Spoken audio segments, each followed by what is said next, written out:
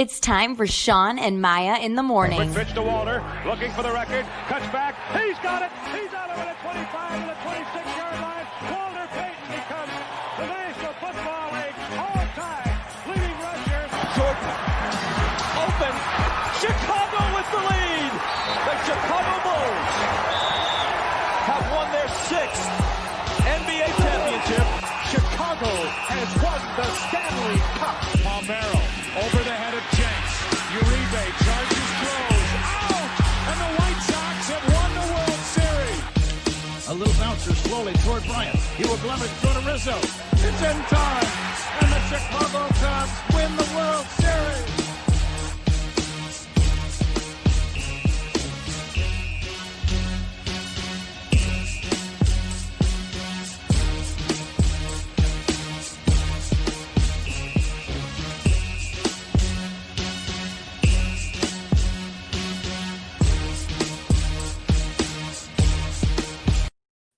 What up, what up, what up? Welcome to Shawn and Maya in the morning on this House Music Bears Victory Monday, baby.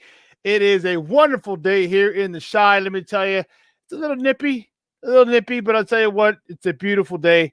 Beautiful day, high of 32 in Chicago this late in the year at only 32 degrees. That's beautiful, let me tell you.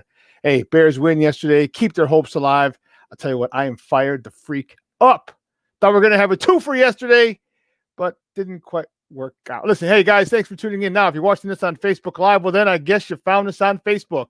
Now, if you're watching this on our app, I guess you found us on the app. And if you're not watching this on the app, do me a favor, download the app, go to wherever you get your apps from, and download SportsZone Chicago. And if you're watching us on our YouTube page, well, then I guess you found us on YouTube. All right, do me a favor. If you don't subscribe to our YouTube page, go click subscribe for us and help us out. Good. Look, listen, you can also tweet the show. You can tweet us at SportsZone Chi, at SportsZone Chi, that's CHI, at SportsZone Chi. Now, if you want to follow me, just me, personally online, want to know what I did? Let me tell you what I did. Want to know what I did? Here's what I did. I made it nice and easy for you, folks. Nice and easy. One handle for Facebook, Twitter, Instagram, Snapchat, the Snapper. All one handle at the Shawn Sierra. If you want to follow my lovely co-host, Maya Akai, you can follow her on Facebook and Twitter at the Sports Chica. If you want to follow her on Instagram because you do it just for the gram, you just follow her at Maya_Akai, MAYA_AKAI. Listen, we got a great show for you, but I need you to get interactive with us today, man. People are popping up on the text line already, but I need you to get interactive. So wherever you're watching us from, whether it's Facebook, whether it's YouTube, whether it's our app, just leave a question or comment right there on the platform that you're using. And my guy we will get it on the screen. And when I say my guy, I need to say hello and bring him on. I would be remiss if I did not. He is my Puerto Rican Swiss Army knife. He is the guy who makes it all run. He's the man behind the curtain. We call him the Wiz, the one, the only, Ivan Vargas. Ivan, what's up, Papa? Good morning, Shawn. Victory Monday, but Dan, it's 3 in a row. 3 in a row. I'm happy for it. But you know what? Like, it's But do I hear a but? Real deal starts this week. This is it. This is what I think this is exactly what you want. You need to go ahead and find a true test before this, before the playoffs, and you got to think the Rams need to win as well. So there's things that can happen for the Bears regardless, but I would love it if they went ahead and beat the real Green Bay Packers as opposed to the B team. But I'll stop there. I won't take it. They do have to. Green Bay does have to play for something. Green Bay is playing for the number 1 seed in the NFC for home field advantage throughout the NFC playoffs, a bye week. So there's a lot on the line for Green Bay. So Green Bay is going to come with all guns a-blazing. And you know what? You step up and you beat this team this week, then you know you are the real deal. So we're going to see if Bill Lazor can get his best play calling. We can get the best play calling out of Bill Lazor that we've gotten to this point. And if we can, we have a good chance of beating the Packers. But listen, we'll get into that and much more into that in a moment. But listen, when I say we got a great show, I am not bull jiving. Okay. You know, the usual cast of suspects, our guy Joseph Phillips is going to come on in a moment for the first hour from the Chicago Crusader newspaper. And then in the second hour, we're going to have our guy Ken, who's going to come in and take the baton from the 10 to 11 o'clock hour And then from the 11 to 12 o'clock hour, the anchor leg is our guy, Jason Palmer, who also works for the Chicago Crusader. However, he's also one of the co-hosts on the shows we have here on SportsZone Chicago, and that's What's Up, Cuz. That's going on tonight at 6 p.m., if I'm not mistaken. It's going on tonight, and we're going to find out from him who he's got on his show a little later today. But at 10 o'clock, my guy, man, haven't had a chance to holler at him in a minute. My guy, Vic Chokshi, he's a gambling guy. We're going to talk a little Bears football at 10 o'clock.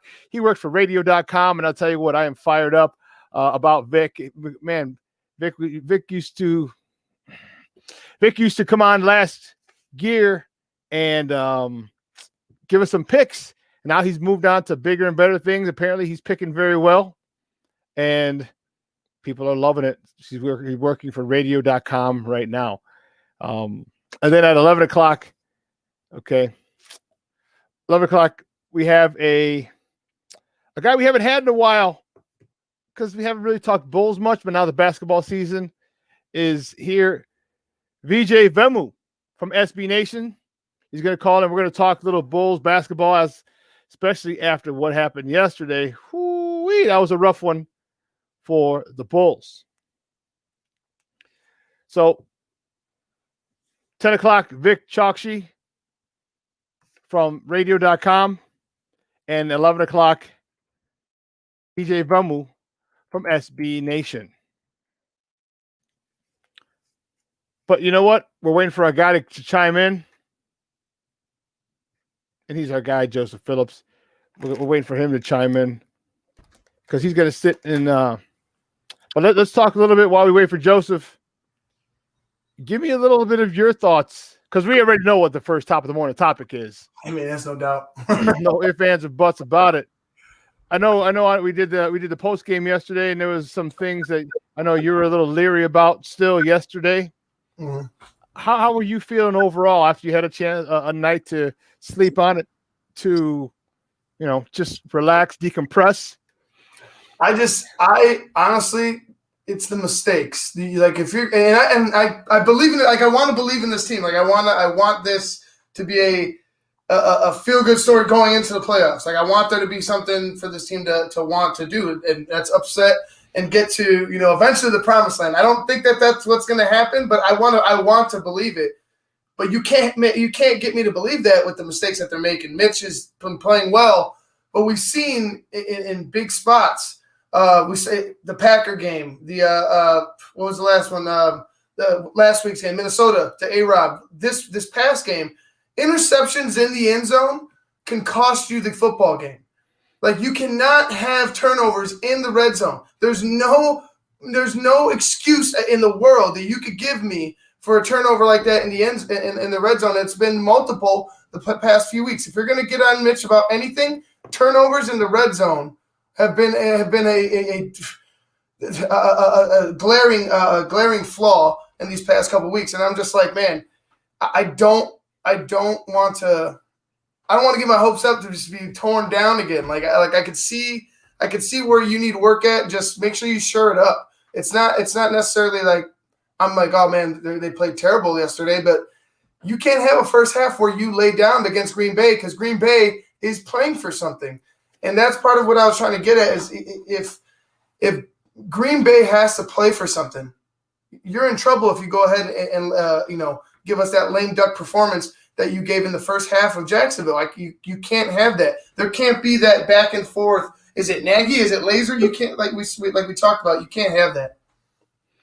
Yeah, and we're definitely going to talk about that back and forth flow. That's got to stop. That has to stop. Keep your stupid little dirty freaking grubby hands off the damn play calling. You hear me, Nagy? Stop it. Stop it.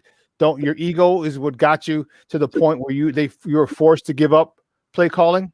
Okay, your ego was the issue, and now your ego is keeping your dirty little hands kind of attached to it, and that's got to stop. That has to stop. There's no ifs, ands, or buts. Vernon says, I have a good idea. How about we hog tie Nagy for the Packer game so we won't make any more play calling? Vernon, hey, let me know if you got a guy, because I got a guy. We can make that happen. I got a guy. Okay, I'm not saying, I'm just saying. But he's got to keep that nonsense off. That's ridiculous of what's happening. When you can tell when he's calling the damn plays. It was obvious, Shawn. 8 rushes, like from as opposed to what we saw the last few weeks. 8 rushes for David Montgomery and Mitch. I mean, like I said, and I said it in the post game. Mitch is besides that red zone, there was a couple where I was like, eh. Overall, I thought he did fine in the pocket against a bad team. Mm-hmm. But why are you giving him that many opportunities? What if it went south? What if all of a sudden you had 2 pick sixes, or a pick six and an interception to get them in position? Yeah, but let's not get to that. What if it gets if there's one, then okay. But let's not get to the what if and have it go to and have the wheels fall off the cart. The wheels can't fall off the cart on one possession. But it won't. It will do that against a good football team. Not on one possession. No, not on one possession. Because what happens is, and here's why it won't happen. Because we have a run game now. Because once you see Mitch do something stupid like the interception in the end zone, if that's another play, if that's in another game, then all right, we're running. I don't care if it's 3 and out. We're running the ball 3 damn times. Okay, just to get Mitch back in focus. Like, listen, you're coming out of pocket. You're doing more than is asked. You're doing way too much. You're extra right now. I need you to calm it down. We're going to turn around and hand to this guy who's been tearing up the league for the last 5 weeks.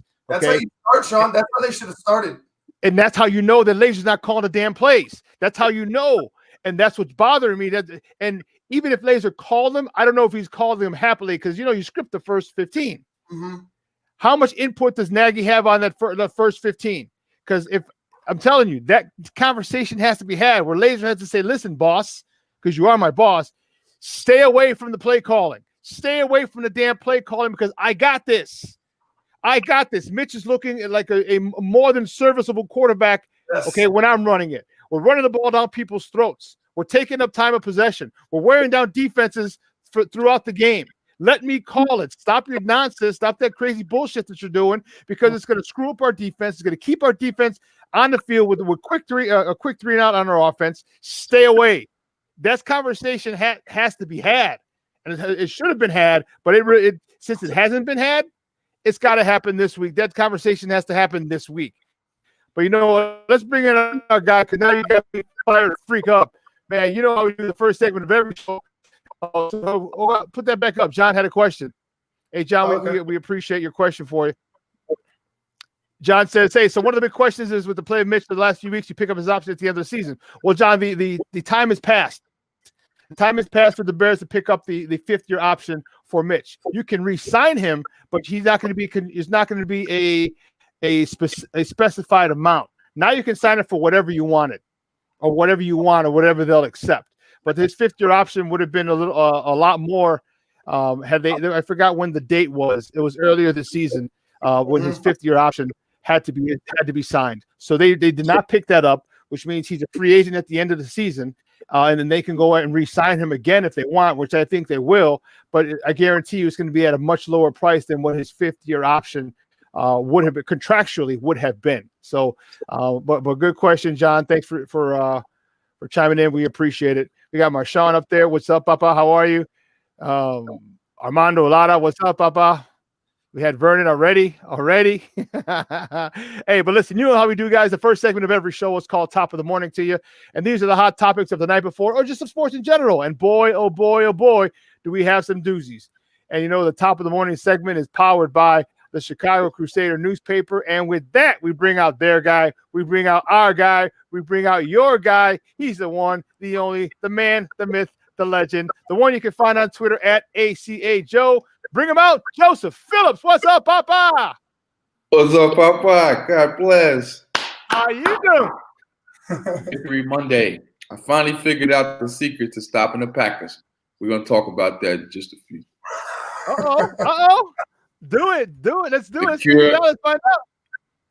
You got the cure for AIDS, and then the secret to stop the Green Bay Packers.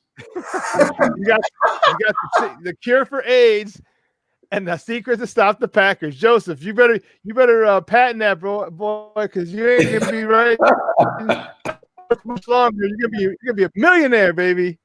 I've been doing some reporting. This week. You say what? I know you have. Yeah, I've been doing some I know you have investigating. been doing some reporting. I've been doing some investigative reporting this week on the Packers.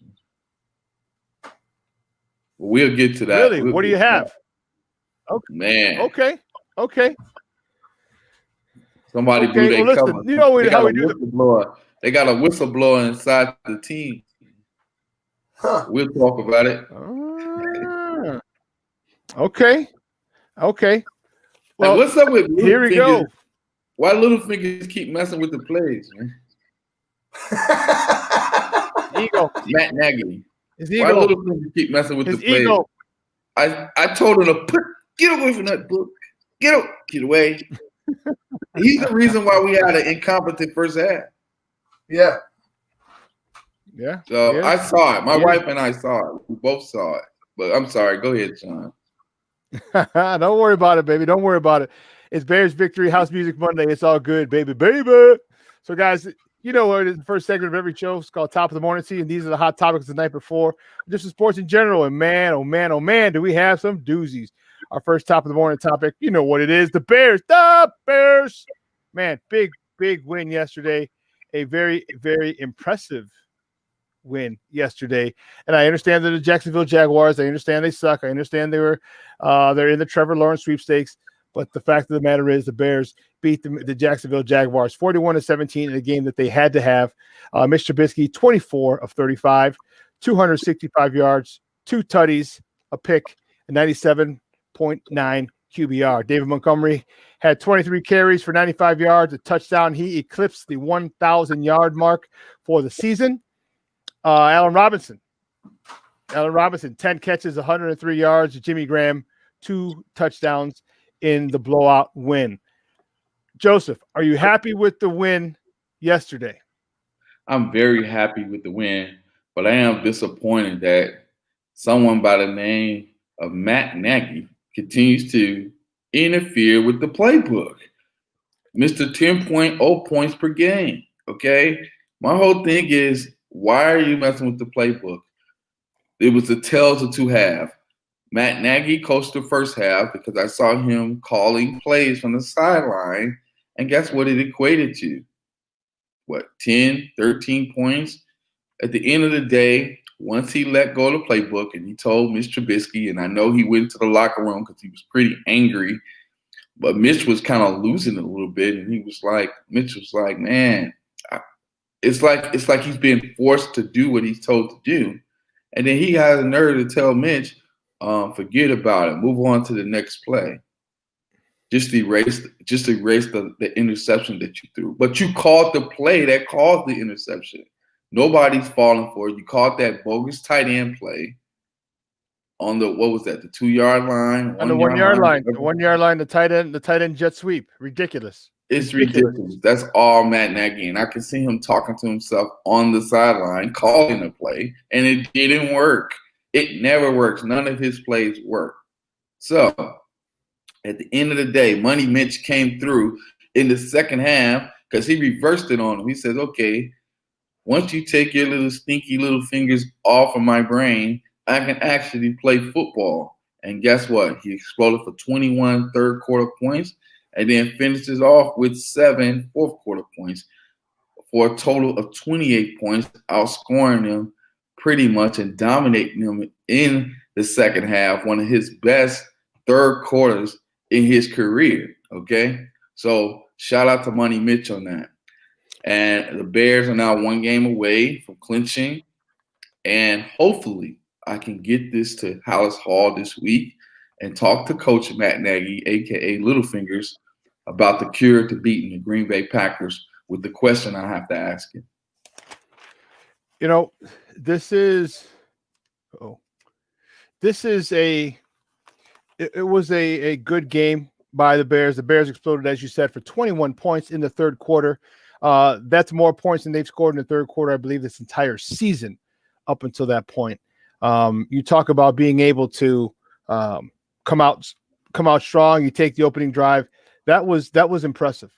That was impressive. And again, for all you people who are listening and saying it was Jackson, I know it was Jacksonville. I know Jacksonville sucks. I know they're trying to lose. Okay, I get it. They want the Trevor Lawrence sweepstakes. All right. That's not the issue. The issue is how good the Bears looked.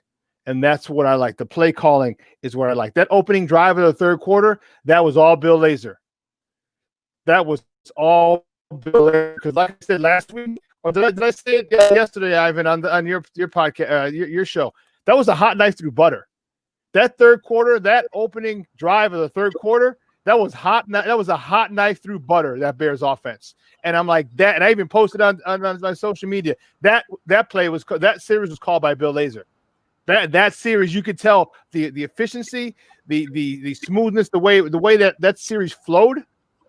That was all Bill Lazor, and thank goodness for it, because I'm sick and tired of the ebbs and flows of the offense. And not that they're going to score every time. No offense does that. But you still need to see a pattern. You still need to see some continuity, some flow to the offense.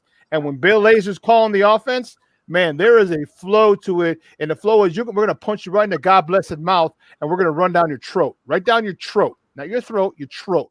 And that's what you love, because it helps Mitch with play action. The linebackers got to suck up. It helps because now it's easier for tight ends to get out, because they can pretend to block and then sneak out into the flat, or sneak out into the curl, or sneak out up the seam. That helps so many things. And Bill Lazor understands this. And I know it's a tough concept that the run helps the pass. But he gets it, and this is what he does. And he's given us an identity, a running identity, and everything else comes off the run. That's correct. And David Montgomery could have possibly got over 100 yards yesterday if Matt Nagy would have left the playbook alone. He was only 5 yards short for rushing for 100 yards. He got to 95 yards. Mm-hmm. And even though he reached 1,000 yards yesterday as a back, if Nagy didn't touch the playbook in the first half, he would have been well over 100 yards. But I'm not complaining anymore, because we exploded for 41 points against the Jacksonville Jaguars. I almost thought it was going to be the Mike Glennon revenge game, because how we treated him. I was like, oh, no, here's Mike Glennon. Now he's concerned, and he's upset with the Bears because of the way we let him go. But Money Mitch came through in the clutch. He stuck to the script, and he came out on top. Hey, Shawn, I wanted to play a clip real quick of the post game from Matt Nagy. He had an answer. I think I feel like he said he admits that that something was awry in the first half, but I wanted to hear what you guys think of it.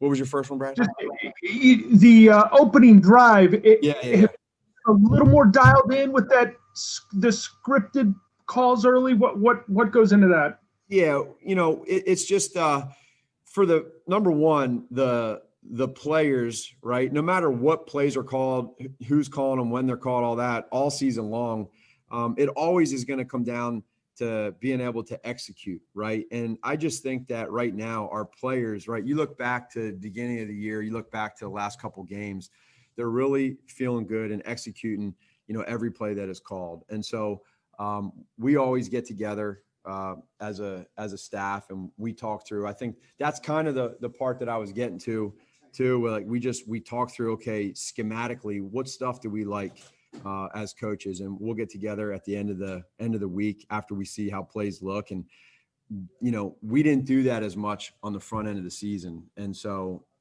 now we're doing it more, and it's I think it feels right, it feels good, and then the players got to execute it. So you weren't collaborating with your offensive coaches at the beginning of the year? You weren't talking this through at the beginning of the season? That's all I got to say. Shake my head. And this is exactly why we're in the position that we're in right now. This team should be at least 10-6 or 11-5 by the end of this season. That's what we should have been this season. But because of a 6-game losing streak, it took us back to the dark ages of all offensive dark ages. That was a very nice way for him to sidestep and put the blame on the players. All right. And as much as he is correct that the players do have to execute, that's a given. That is a given. But you don't ask players to execute plays that aren't to their strengths. And this is where the bullshit comes in. This is one of the reasons that everybody wants him gone. Don't look me in the eye, piss on my shoes, and tell me it's raining. Okay? That's the bottom line. The bottom line is we understand that the players have to execute, but you don't ask a 6'7", 250, 260-pound tight end to score on a jet sweep. That's not putting the players in the best position to be successful. Now, if you want to run that with an Anthony Miller, okay. You want to run that with a Darnell Mooney, okay. But you don't run it with a 250, 260-pound tight end when he's going laterally. He's not even going forward and north and south. He's going east and west. He's not the guy with the best speed, obviously, being that size. So why do you have him not going forward? Why do you have him going east to west? So this is where you call bullshit on Matt Nagy and his stupid answers, and this is why we get pissed off, especially people who play the game and understand the game. This is why we get pissed off, because he gives you those answers and saying, oh, well, ultimately the players got to execute. That's like asking an offensive tackle to run down the seam or run a go route and say, but hey, you know what? He's got to get by the cornerback. He's got to make that catch. That's not what he's built to do. And this is Matt Nagy, again, always trying to be the smartest guy in the room, always trying to outthink people. When you're at the 1-yard line and you've been running the ball all day on them, there should be 3 runs and they should score, or maybe 4 runs, or at least minimum 3 runs and a kick. There should be no worry about a pass, okay? Because what happens when you run the ball in, it's a psychological thing. When you run the ball in, it's my best versus your best. We need to get 1 yard. Can you stop us or not? And if you can't, you're wearing that defense down, not only physically, but mentally you're wearing them down. You're winning by attrition, because they get down the goal line like, damn, they're going to score again. They're going to score again because they just scored so easily. So there's no trick plays needed.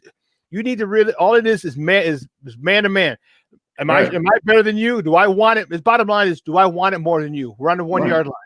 And like, tempo, because I noticed Mitch says we're not playing fast enough. What's going on?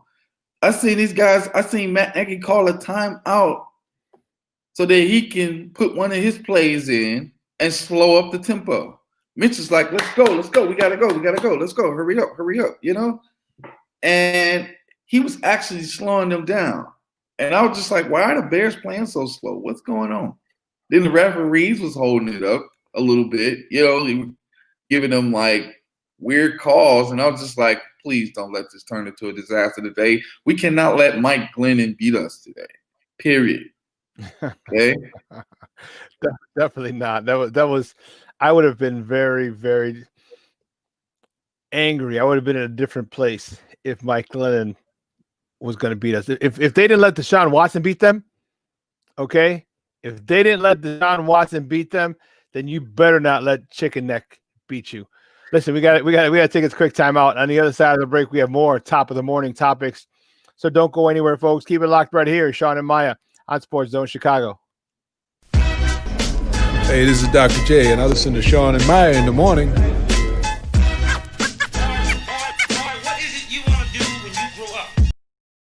BoomerNaturals.com presents the Sports Flash on 1330 and 95.9 The Zone. Gonna roll to the near side, gonna keep it at the 5, wide open to the end zone, touchdown, Mitchell Trubisky, touchdown Bears! The call on Bears Radio, Mitchell Trubisky with the 6-yard touchdown run and a 41-17 victory over the Jaguars. Trubisky was 24 of 35 passing for 265 yards, 2 touchdowns, along with 1 interception. Jimmy Graham, 4 catches for 69 yards. He caught both the Trubisky's touchdowns. The regular season wraps up next Sunday at home against the Packers. The win moves Chicago into the 7th and final playoff spot in the NFC. If they win against the Packers next Sunday, they're in. Tough loss for the Bulls on Sunday. They're 0-3, falling 129-128 against Golden State. Up next is tomorrow night's matchup at Washington. This update brought to you by the Score app. Download the free Score app today. It's one of the most popular sports apps in North America. Chuck Sanders, that's the Sports Flash, 1330 95.9 The Zone. O'Reilly. This is Jesse's O'Reilly Auto Parts story. As a nurse, not making it to work was not an option. But driving through the snow with my wiper blades struggling, I just didn't feel safe. So I pulled into O'Reilly Auto Parts, and before I knew it, an employee was offering to install the wiper blades on my car. I got to stay out of the snow for a moment, and I still made it to work on time. O'Reilly Auto Parts. What's hot for business this week at Staples? Small prices, big savings. Help your business go big with amazing prices on great tech, plus the services to help set up and protect your new PC. And now, during Staples PC clearance event, save up to $180 on select Lenovo PCs, like the Flex 2-in-1 laptop with Intel i5 processor. Shop in-store or pick up curbside and visit staples.com/protection to learn about keeping your computer safe. Ends 1/2/21 while supplies last. Curbside available in most stores.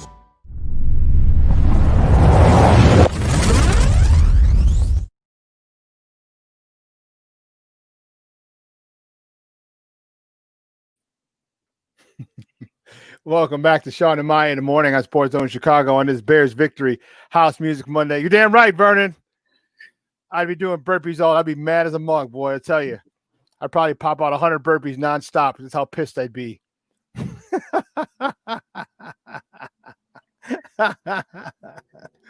Hey, listen, don't forget, guys, at the top of the hour, we're going to have my guy, Vic Chokshi from radio.com.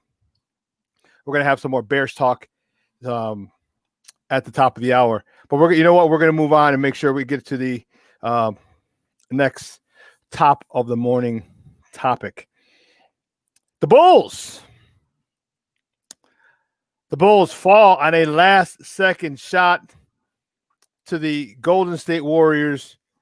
Let me tell you something. I was livid with that. The Bulls falls 129-128. And I thought they had it. I thought they had their first win of the season. But you know what? Here's the thing. I'll take that. The Bulls look like they came out with a lot more energy yesterday. They came out with a sense of purpose. They played much better than they had in their previous games. Okay, the Bulls were led by Zach LaVine with 33 points, Lauri Markkanen 23, Kobe White 20, Wendell Carter Jr. with another double-double, 22 and 13. You know, there's certain things that at the end of the game when the Bulls are up 2, okay, you know who you're going to stop. You know you have to double team. You know who you have to lock up and make sure he does not shoot that ball, and that's Steph Curry. Okay, Steph didn't have a good game yesterday, percentage-wise. Okay, he got to the free throw line a lot, which kept his points pretty high. Okay, because Curry ended up with 36, but his shooting, 11 for 25. That's not a Steph Curry game. That's under 50%. Okay, but you let what was his name? Lee. Can't even think of the dude's name. Damian Lee. Steph Curry's brother-in-law. Steph Curry's brother-in-law hit the game-winning shot. Damian Lee. I'll take that. I'll give him that shot. 10 times out of 10. I'll give him that shot. Okay. I will not let Steph Curry beat me. And if you let some scrub like that do it, you know what? Tip your hat to him. And there's nothing you can do. But the guy who's made a living of killing people repeatedly, time and time again, named Steph Curry, he's not beating me. And if Damian Lee or Brandon Lee or Bruce Lee or whatever his name is, if he's going to beat me.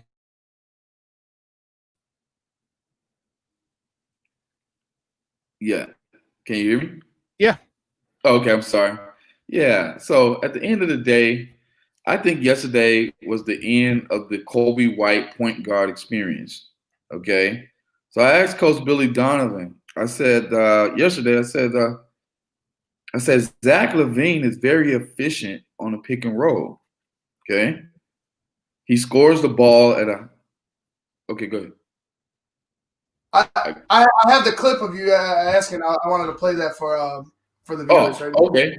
Oh, look at you! Look at you, big time. You think? Oh, thanks, Joseph. Go ahead. Last question. All right, Coach. It seems like you guys had a lot of success running that high screen and roll with Zach. Will we see more of that in the next game? And also, how important is it to focus on stops and limited turnovers on possessions. Yeah, I mean the stops and the turnovers are critical. I mean that's something we got to keep getting better at. Like I said, I thought Zach was a lot more aggressive tonight than he was last night, and I give him a lot of credit because as a veteran guy, he knows his voice is important to the team, and he knows that when he's out there playing with that kind of aggressiveness that you saw tonight, it helps our team. It changes our team, and I told him that I need to continue to challenge him, to be who he was tonight. But we're trying to get him up there as much as we can, not all the time. I think the other thing with that, listen, Zach is a great, great player, but when you're coming down the stretch and everybody's loading up on him and you're asking him to make acrobatic shots, it's tough. I mean, he made some really, really hard shots tonight, and so did Curry. So I'm not saying that they didn't either. They made some hard ones, but I thought he made good decisions. He passed it when it needed to be passed. He got the ball where it needed to get. I thought he had a pretty good balance of himself and the team. But we need him to play with that kind of motor and that kind of energy because it changes the spirit in our team.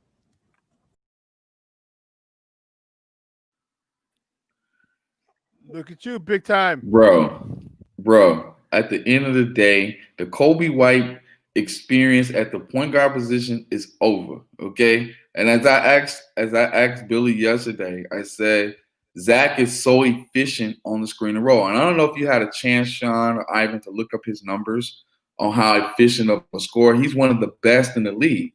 So why do we have Kobe White starting at the point guard position where other team defenses don't respect him?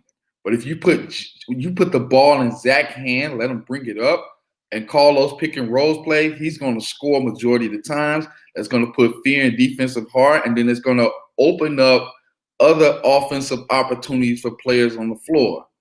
Kobe's not going to do that, and that's something I asked him yesterday, and he says that before the game he was like, "We haven't thought about that," and then he said, "We haven't even looked into that yet."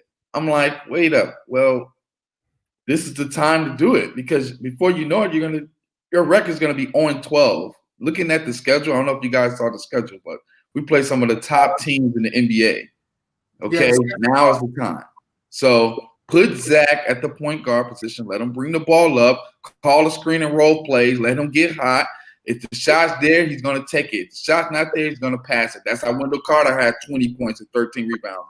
It was all because of what Zach LaVine did early in the game. It opened it up for the whole offense, including Laurie.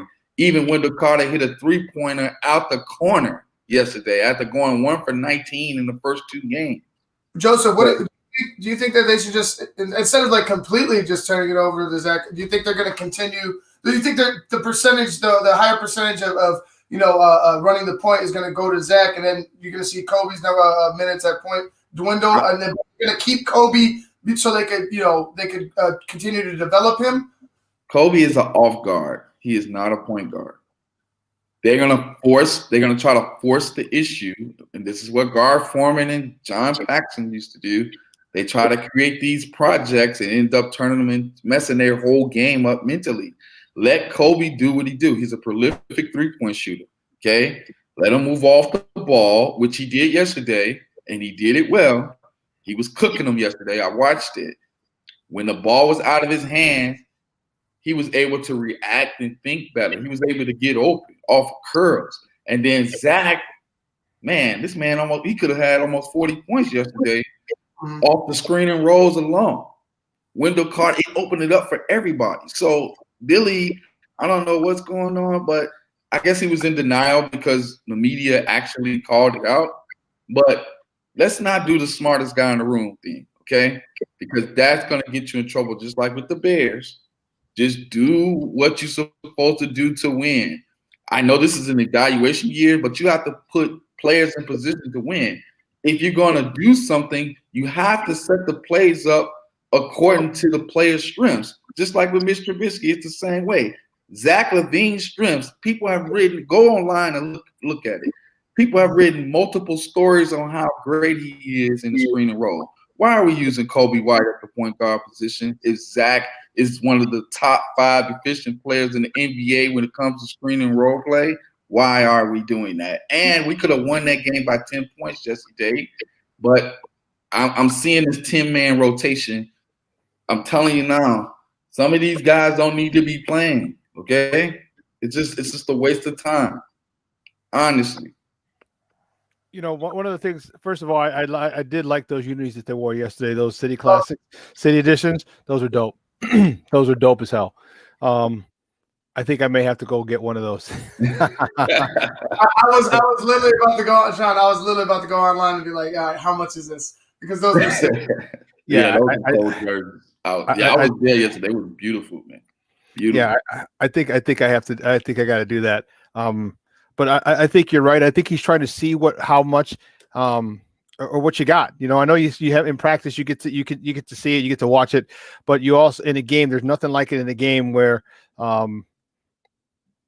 you get to feel. And so I hope that. I mean, Kobe can do it on certain occasions, but to make him the predominant ball handler might not be the best thing. So I could have him bring it up when they're double teaming Zach or they're putting pressure on Zach. Yeah, that's fine, but he's a scorer.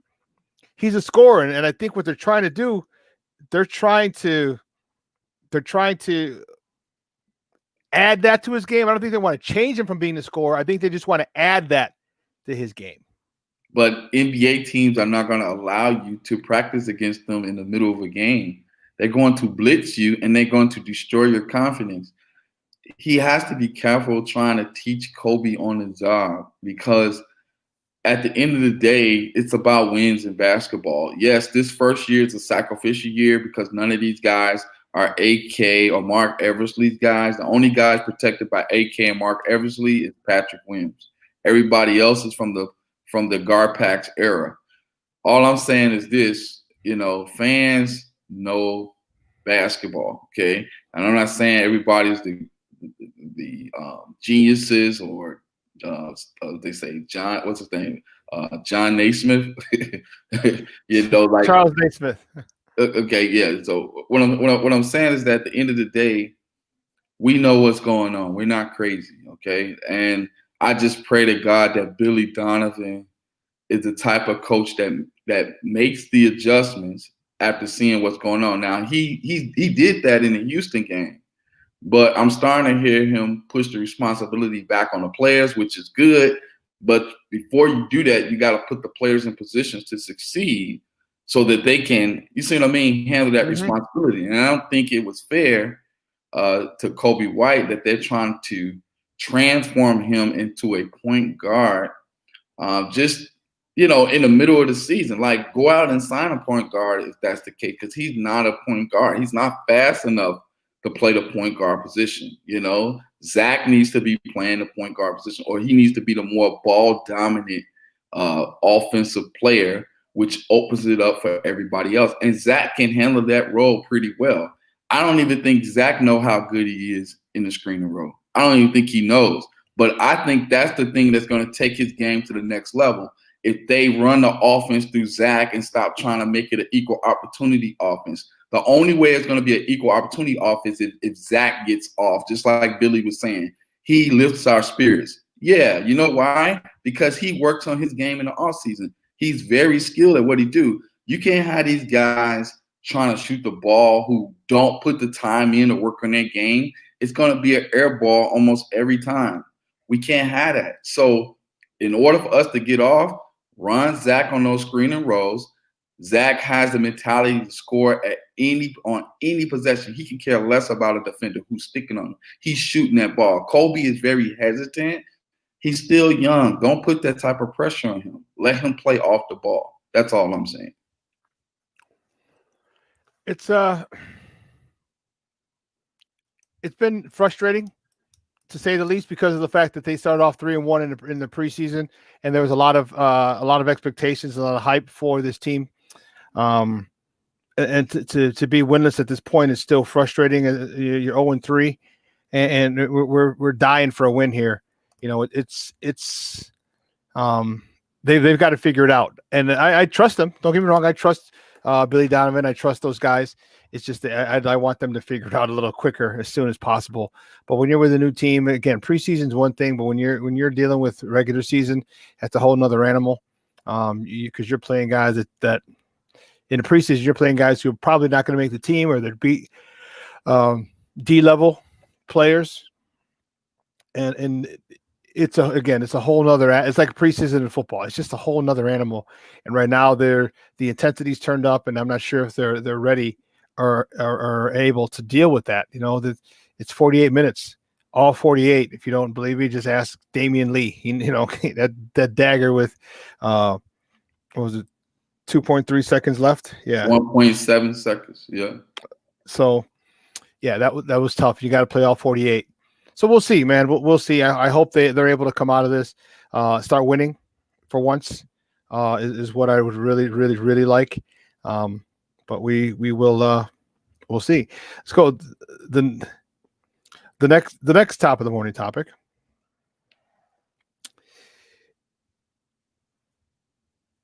Jacksonville. I didn't know which way I was going to go with this. Jacksonville. They steal the number 1 pick overall, Trevor Lawrence. Jacksonville with their loss yesterday, but in addition to that, the New York Jets won.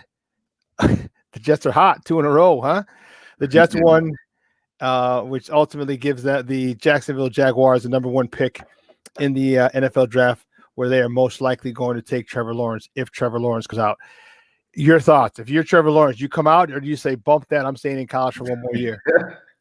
They better hope that Trevor Lawrence don't pull a John Elway. You know how John came out and he was like, I don't want to go here. To the Bucs. I don't want to go to the Bucs. So therefore, I'm going to force my hand and make something happen, And Trevor Lawrence. I think it was the Colts. Yeah, the Colts. Who's the Bucs? Tampa Bay. That was Eli? No, Eli was the Chargers. The Bucs was Bo Jackson. Or maybe Steve Young. Okay. Yeah, either one. These guys are intelligent enough to force their hand because they don't want to come into a losing culture after being in a winning culture most of their college career. And especially if you don't have an offensive line to protect you, it's going to be pretty much the same thing every year. You getting your head tore off behind the center. So I wouldn't be surprised if Trevor Lawrence tried to force something to get out of the Jacksonville situation, because they were losing. They've been losing on purpose. Now they did compete against the Bears in the first 2 quarters yesterday. Part of that was Matt Nagy, and part of that was Jacksonville competing. Okay, so I have to give them a lot of credit for doing that. And Mike Glennon, he wanted revenge too against the Bears, so he played a little harder than he should have. But at the end of the day, Jacksonville, they're in a situation where they can change their franchise around. But before you can go out and get Trevor Lawrence or draft him, you need to go sign some offensive linemen that can protect him, because you don't want those problems. Yeah, well, if you're talking about Trevor Lawrence, for going back to that, I mean, yeah, you take Trevor Lawrence with the first pick, but that also means you have the first pick in the second round. So, you're going to be able to get a good offensive lineman in the second round, and depending on what you have and who you decide to trade with, you could trade back into the first round if there's an offensive lineman that you like, that you think is going to make an immediate impact, because of the fact that you have you have your franchise quarterback. So there's Jacksonville's, they got some options. They definitely have some options. So we'll see how that how they attack that. Well, moving on. The next top of the morning topic: Chicago Blackhawks signed center Carl Soderberg for 1 year after losing Kirby Doc. Remember, Kirby Doc, if you don't recall, guys, he broke his wrist in the national games or something overseas. So Kirby Doc's going to be out for a while, and they needed a center. They needed a center, and it was. Let me tell you something. It was a rough day in Blackhawks land when they found out that Kirby Doc broke his hand, because Kirby Doc is the guy that they he's a star. He's the star of the future. So they signed Soderberg to a 1 year, $1 million contract. He's 35 years old. He spent last year with the Arizona Coyotes. He had 35 points in 70 games, 17 goals is what he scored. So this is a guy who's a veteran, a KG veteran, is basically just a stopgap until Kirby Doc is able to come back and take over that second line, the center on the second line. Yeah, that's good to add a veteran piece to this youth young lineup, because I know the Blackhawks are going youth all the way, including with their management. Like it's just like, you got young people up and down this organization, and there's nothing wrong with having a few veterans around to help groom these young people. Yeah, no, I agree. And it's going to be rough for a while, I think, with the Blackhawks. I just don't think that they have it anymore. You don't have a goalie. That kind of hurts. You don't have a starting goalie. They refuse this. Them and Corey Crawford parted ways. He's already signed somewhere else. So it's the Blackhawks. It's going to be a rough time. It seems like it's going to be a rough time on the West Side this year. Okay, if the Bulls continue to play the way that they're playing, then it's going to be a really, really long winter, and something not very, very nice. So I hope things can get changed around quickly, but we'll see. We'll see what happens over on the West Side. So the next top of the morning topic, and this is kind of a sad one. Phil Niekro, the last great knuckleballer, one of the great knuckleball pitchers in the history of the game, has passed away. He dies at age 81. He's a Hall of Famer who's inducted into the Baseball Hall of Fame back in 1997. He had 318 wins in a career that spanned 24 seasons, including 21 of them 21 of those seasons were with the Milwaukee/Atlanta Braves. So he was one of those guys, those knuckleballers. If you remember, you're old enough to remember a knuckleballer, Phil. That ball's coming at you. See, with a baseball, a baseball has a specific path. If it's a fastball, if it's a cut fastball, if it's a curve ball, okay, it'll go 12-6, or it'll go, either way, in and out, up, down. But when you know what kind of pitch these pitchers throw, the trajectory for the most part of the ball, which allows you to hit it. A knuckleball had no trajectory. A knuckleball would literally just come at you like this, and you could never. And you have to let the knuckleball get in on you close before you swung, because that thing moved with no spin. It was crazy, and that was his pitch. He was and it was effective for him effective to the point of 318 victories and a Hall of Fame induction. So it worked for him, and said at the age of 81 he passed. In the baseball world, definitely mourns the loss of Phil Niekro. Yes, Phil will be definitely missed, aka the king of the knuckleball pitch, and one of the hardest pitches to hit. You just think, like you were saying, Shawn, you think of those wiffle balls, Yeah. I mean, you could be embarrassed by a kid if he throws an off-speed pitch and you're trying to take that thing out of the park, and you get the hardest swing on it, and it's all wind because the timing of the pitch, right before it gets to your bat, it disappears. So, what a Hall of Fame vet. He produced for so many years. And he'll be surely missed by Major League Baseball and his fans. 2020 has been a son of a bitch, man.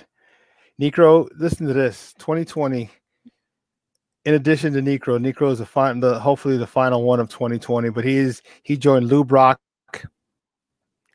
Whitey Ford, Bob Gibson, Al Kaline, Joe Morgan, and Tom Seaver as Hall of Fame baseball players who passed away this year. So 2020 cannot end soon enough for me. It cannot end soon enough for a bunch of people throughout this country. And to take 1, 2, 3, 4, 5, 6, 7 baseball Hall of Famers in one calendar year is man, that's devastating. just devastating, and it's so unfortunate. I'm telling you, dude, 2020, 4 days, 4 days, bro, and we turned the page. We started new. This, you know what this reminds me of, Joseph? 2016, where 2016 was god awful as well. It was deadly for a whole bunch of people. Yeah, I was not happy with 2016, just like I'm not happy with 2020. So it's a couple more days, and we're out this joker, man, because man, it's unfortunate. Yeah, we have to just stay prayed up, with this pandemic going on, and a lot of people have lost their lives. Then in addition to that, man, just love your family members, appreciate those, that played a part in your life, show them that you care, because at the end of the day, like I said, 2020, we lost a lot of people. Unfortunately, we're going to end this segment on a sad note. Sorry about that. Also on Friday, Casey Jones was a hard-nosed point. It was a point guard and then a coach for the Boston Celtics during a Hall of Fame career. Died on Friday at the age of 88. He played 9 seasons in the NBA, all with the Boston Celtics. He won 8 titles in those seasons, the third most in league history behind Bill Russell, his teammates Bill Russell and Sam Jones. He won a championship in '72 as an assistant coach with the Lakers. Casey Jones, another person who was taken from us, another Hall of Famer who was taken from us, and this in a different sport here in 2020. Yeah, old KC, very intelligent man, very dear to Red Auerbach. Red hired him, pretty much helped disciple him and groom him from a former player to actually being the coach of that great all-time 86 Celtics team, that pretty much dominated on both ends of the floor. And then in addition to that, I always remember growing up, I was like, the Celtics is an all-white team, and they got a black coach. It was just so weird to me, because that's like, I see Larry Bird out there, I see Robert Parrish, I see Kevin McHale, Danny Ainge, all these guys. Then I look on the sideline, I was like, they got a black coach. That's pretty cool, So in Boston, so in Boston, in Boston, one of the most racist cities in the world. So my whole thing is, if you could do that job, win 8 championships as a player, 4 as a coach, 12 rings, man, that's amazing, man. And he did it so quietly. He really wasn't an extrovert. He was very soft-spoken. You barely heard from Casey, but his numbers spoke for himself. His record spoke for himself. His resume spoke for himself. So he'll be truly missed, not just by the city of Boston, but just by the game period. And last, I was watching some All-Star game stuff last week, actually. And before he passed away, for some reason, I was watching like the 85-86 All-Star game in the NBA, and I see Casey Jones doing an interview with Dick Stockton, I believe, along with Pat Rowley, and they were just talking about the East versus West. But it was just good to see them in their kind of like their youth, in their prime, doing well as coaches, and him just being a part of the moment was great to see. It was great. Hey, Joseph, we appreciate your time today, Papa. We will see you on Wednesday. Do me a favor, let us know what you're writing on this week. Oh, yeah, no problem. So I'm doing a wrap-up of the Chicago Bulls going 0-3 in their first week of the NBA season. Also, I did a piece on the Bears, them victorious over the Jacksonville Jaguars. And then last but not least, this is a story I did last week, but it aired this week. It's just on the Negro League, Major League Baseball, being acknowledged as Major League Baseball players now. All as major leaguers, yeah. So their stats will count up along everybody else who played in the MLB. Oh, good stuff. Yeah. Hey, Shawn, last thing before I go, can I say this? Sure. Okay. The cure to beating Green Bay, and I wanted to share this real quick. What I was learning is that I'm getting word from a lot of guys that had success against them. One thing they notice is that they run block on all pass plays. You know what that means? No, what does that mean, Joe? We have to blitz. We have to blitz through the whole game. No mercy, So we can't do the whole 3-man front or 3-man rush, because if they run blocking on pass plays, they got 2 and 3 guys locking up our 4-man. You see what I mean? Our 4th-man pass rush. So hopefully I can get that to Nagy today and ask him if we're going to see more blitzing this week, so that this is how Aaron Rodgers get 5 and 6 seconds in the pocket. They're run blocking on pass plays. They're run blocking on running plays. So see, that's what I've always said, Joseph. I always said, hey, listen, why can't? Because on pass blocking, you kick step and you absorb the blow. But if you attack, because you have you got a couple yards before you go downfield.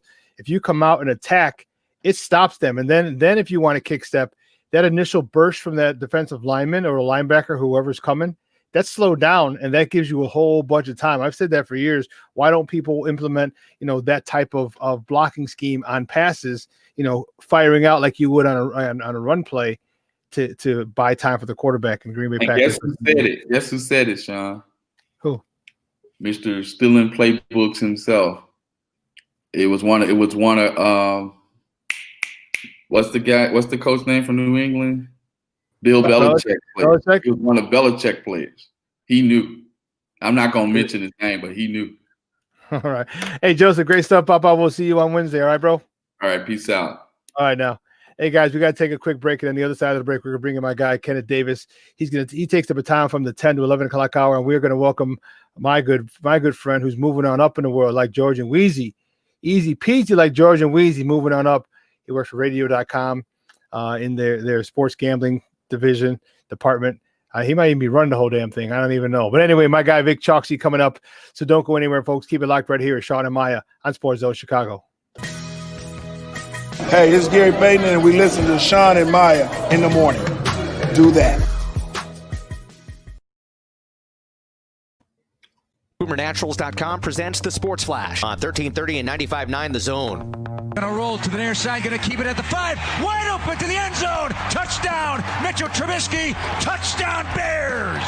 The call on Bears Radio, Mitchell Trubisky with this 6-yard touchdown run in a 41-17 victory over the Jaguars. Trubisky was 24 of 35 passing for 265 yards, 2 touchdowns, along with 1 interception. Jimmy Graham, 4 catches for 69 yards. He caught both the Trubisky's touchdowns. The regular season wraps up next Sunday at home against the Packers. The win moves Chicago into the 7th and final playoff spot in the NFC. If they win against the Packers next Sunday, they're in. Tough loss for the Bulls on Sunday. They're 0-3, falling 129-128 against Golden State. Up next is tomorrow night's matchup at Washington. This update brought to you by the Score app. Download the free Score app today. It's one of the most popular sports apps in North America. Chuck Sanders, that's the Sports Flash, 1330 95.9 The Zone. O'Reilly. This is Jesse's O'Reilly Auto Parts story. As a nurse, not making it to work was not an option. But driving through the snow with my wiper blades struggling, I just didn't feel safe. So I pulled into O'Reilly Auto Parts, and before I knew it, an employee was offering to install the wiper blades on my car. I got to stay out of the snow for a moment, and I still made it to work on time. O'Reilly Auto Parts. What's hot for business this week at Staples? Small prices, big savings. Help your business go big with amazing prices on great tech, plus the services to help set up and protect your new PC. And now, during Staples PC clearance event, save up to $180 on select Lenovo PCs, like the Flex 2-in-1 laptop with Intel i5 processor. Shop in-store or pick up curbside, and visit staples.com/protection to learn about keeping your computer safe. Ends 1/2/21 while supplies last. Curbside available in most stores.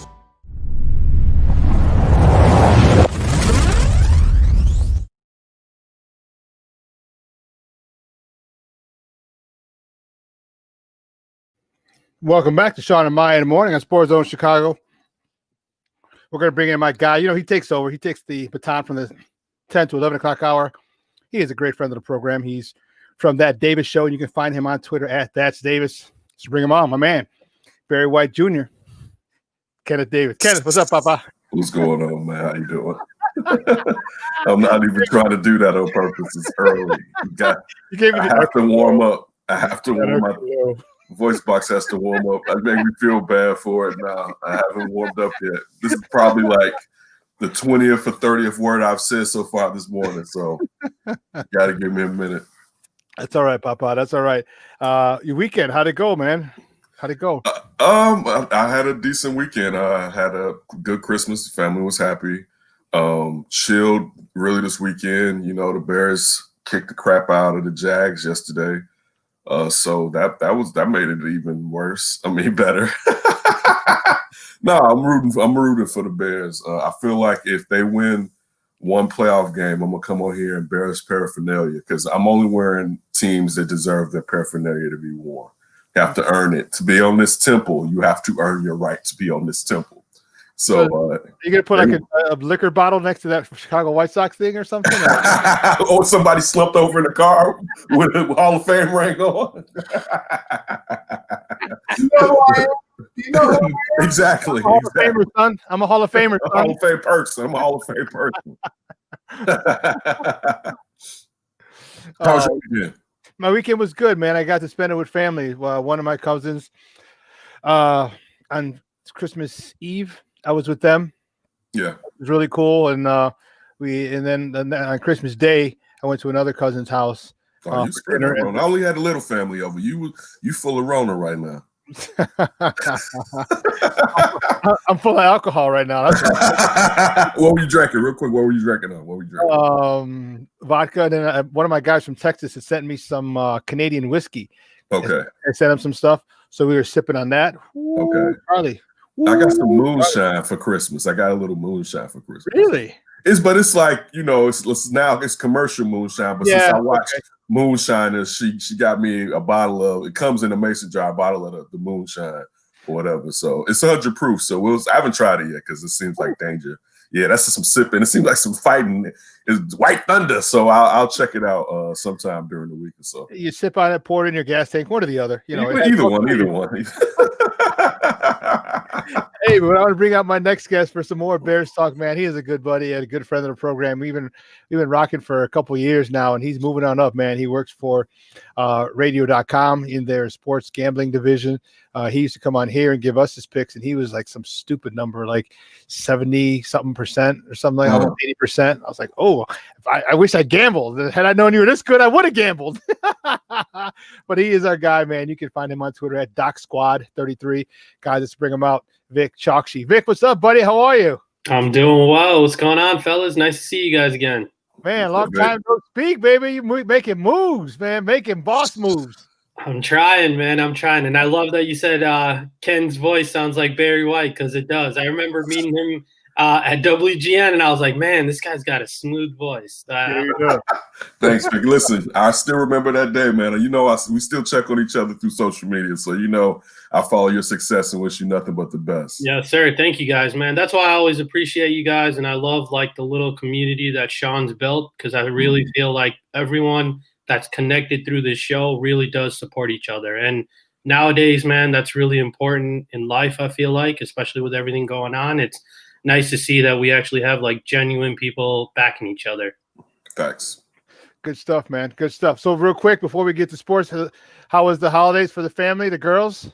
Good, man. Thank you. It was fun. Just hung out, did family time, which was a lot of fun. And now my kiddos are 6 and 2. So the older one is kind of questioning Santa a little bit, but still on board. But it was fun, man. Christmas Day was great. And it's a tradition that like my parents did with me, and I'm trying to pass it on. And so it was nice to see their eyes kind of light up when they opened their gifts. Good stuff, man. Good stuff. Good stuff. Well, let's get to some sports, man. Our Bears put a shellacking on the Jacksonville Jaguars. I thought I had read somewhere that they had a whole bunch of semi-pro players they were playing to stay in the Trevor Lawrence sweepstakes. But whatever the situation was, the Bears put up some pretty good numbers. Mr. Trubisky, 200 yards, a few tutties, a pick. I was not really happy with the pick. But you know, talk to me about it. Talk to me about your thoughts on the Bears making the playoffs. Now, if they win Sunday, you're in. You win and you're in, basically. But you're playing a Green Bay Packer team who one is your arch rival, who two would do nothing more than to stick it to you while they go on and win and get the number one seed in the NFC. Give me your thoughts on how this week or this upcoming week looks to you. Yeah, it's only fitting that we play Green Bay to get in, right? Like, Yeah. I feel like, you couldn't have asked for anything more for the Bears or the Packers. And the Packers are going to try to put the pedal to the metal. They want that 1 seed. They want that bye, right? Like this year, out of all years, I feel like it's so much more important. One team gets that bye with COVID and everything. You never know if this is going to be the week for that team. So the Packers are definitely trying. Seattle winning yesterday, the Rams kind of let us down, and now Jared Goff is injured as well, right? So them beating the Cards with a backup quarterback is also kind of off the table. So the Bears are going to have to win, man. There's 71% chance right now, and it will be interesting. I'm a little worried that our offense has actually looked really good the last 4 weeks, but they've played some really, really bad defenses, right? Like that's just being honest and realistic. The teams that they played were ranked 32nd, 31st, 30th, and 27th on defense. And so there's a reason the offense is rolling, but they've also looked better as well since Nagy relinquished his play calling duty, something me and you, Shawn, have been talking about for, who knows, 2 years, 18 months now. Like, hey, when is this going to happen? We need some change. But the offenses look better, so we got to give them credit. They're actually running the ball. There's some balance. The O-line looks a lot better. Mitch is looking better, a little bit more confident. But to me, this game's going to come down to defense. That's what I wanted to pick your heads on, is our front four. We're not getting any pressure. Aaron Rodgers versus no pressure, he's going to light him up, right? And so Khalil Mack, Robert Quinn, Akeem Hicks, this is the game. If there's one game that we need them to step up, because if you bring the blitz against Rodgers, he's just going to throw a pinpoint pass to Adams. You saw the Titans try it yesterday with some cover zero, try to bring everyone, and he lit them up. So the only way to beat Rodgers, Tom Brady, get that pressure from their front four, and that's going to be the key to this game. And that's what I'm a little worried about, because we haven't seen anything in 4 weeks. One of the things that I'm concerned about, is the blitz and the lack of pressure that.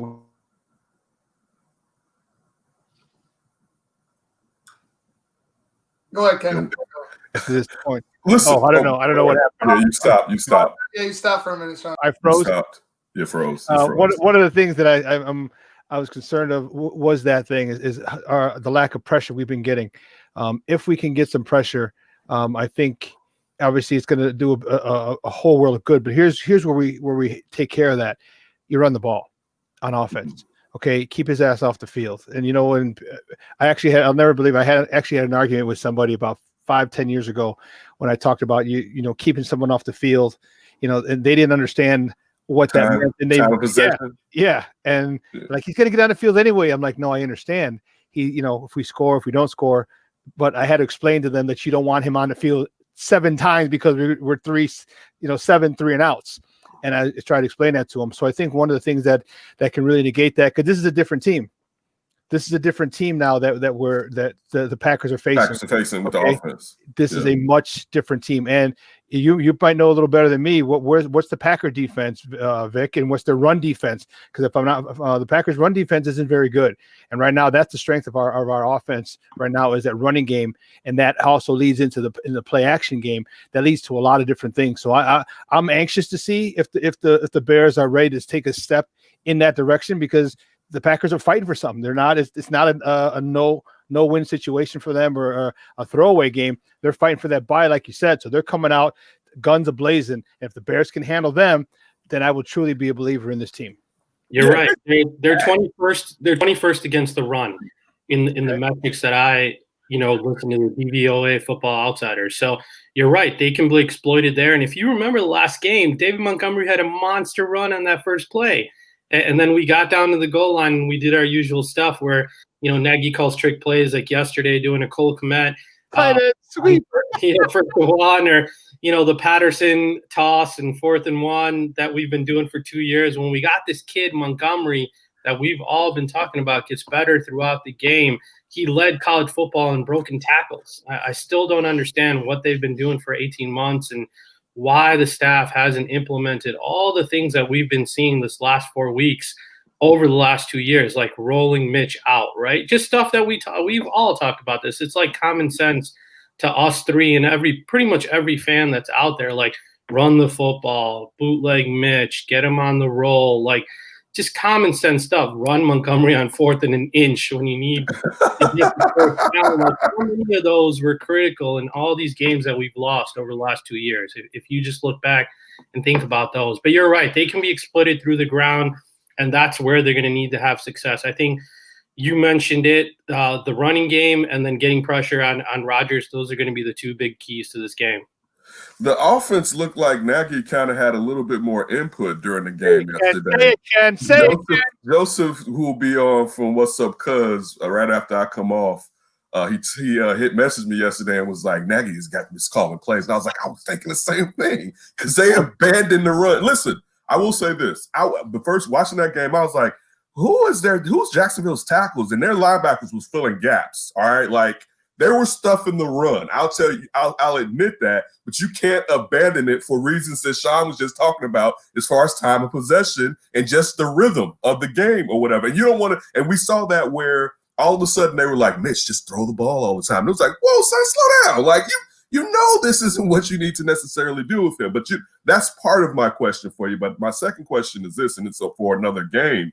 When you look at the situation as far as the Cardinals and the Rams, yeah, Jared Goff has a thumb. He's not going to be there. But listen, and Shawn can tell you and I can tell you too, you come 6 weeks ago, I'm on here raving about Kyler Murray. Now, partially it's because he's a small guy getting banged up. But when you look at the coaching, they haven't found more ways to open things up for him. And then that Rams defense with the guy that we know here is playing very well. So what are the odds is my second question. Outside of it seemed like Matt Nagy's influence on the offense. But what are the odds that perhaps the Rams can win because of how well their defense has been playing and the fact that Kyler Murray hasn't necessarily been playing well and scoring as many points the last 3 or 4 games as he was towards the beginning of the season? Yeah, in regards to Nagy, I feel you because I'm telling you that Cole Kmet play at the goal line was a Nagy play. Like there's no way that Bill Lazor is calling that play, right? Because, you know, he runs the ball. We have some balance. We're doing some trickery. Again, Matt Nagy, I like him as a coach. He's a good people person, culture people. Like the team backs him, but he is just one of those guys. Me and you, Shawn, have talked about this all the time. Is like those kind of Mensa guys that are so smart, and basically like outsmart themselves, right? They're always trying to come up with a new trick or new way to win. So I agree with you. I definitely think he got into that game. Maybe he was like, oh, this game's easy. Let me try getting back into it. You know he did. Let me call a few of them. Let me just get a few of them right now. Exactly, yeah. That was part of their deal. That was part of their deal, right? Like I'm handing the duties. I get like 5 or 10 a game where I can do my own thing because we've seen one of those plays over the last 4 weeks. I feel like there's this 1 or 2 plays a week where we're like, what is it? Not a laser play. Exactly. What is this? So, no, I agree with you there. And you're right, man. When it comes to the Rams, so the Rams cards always play each other tough. The whole NFC West, it doesn't matter who's in first, who's in last. I remember the Niners being in last a couple of years ago, and they were beating the Seahawks, right? So all those games are always competitive. The Rams have the defense. They have that ball control style offense where they'll be in the game. And to your point, you're right, man. Kyler Murray and the Cards in general, I feel like over the last 2 years, the second half of the season have really struggled. They don't seem to make any adjustments. Their offense with so many weapons look pretty abysmal. You know, they look like a Bears offense, right? Like where we're like, how is this possible? How are they not putting up more points? Like you're facing, they just lost to the Niners with a backup quarterback, right? And so we get a similar situation here. The only issue is like, it's John Wolford. You know, he's an undrafted free agent from Wake Forest. That's and now it's going to be like a pressure situation in a way, right? Because they also need to win to get into the playoffs. Like the Niners are playing loose.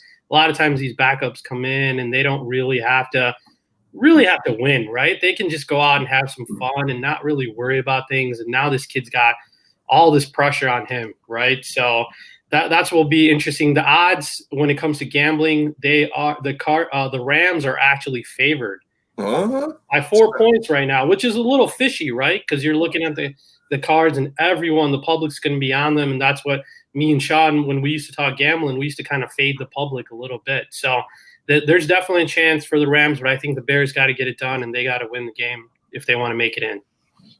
Yeah, bottom line, just win. Winning, you're in. Guys, we're talking to Vic Chokshi from radio.com, bet.com, sports, and BetQL. Man, it's good to see you. I'm telling you, I'm so happy that that you're doing great stuff, man, and you're moving on with the big boys. It's awesome stuff. But talking little Bears football right here on Shawn and Maya on SportsZone Chicago.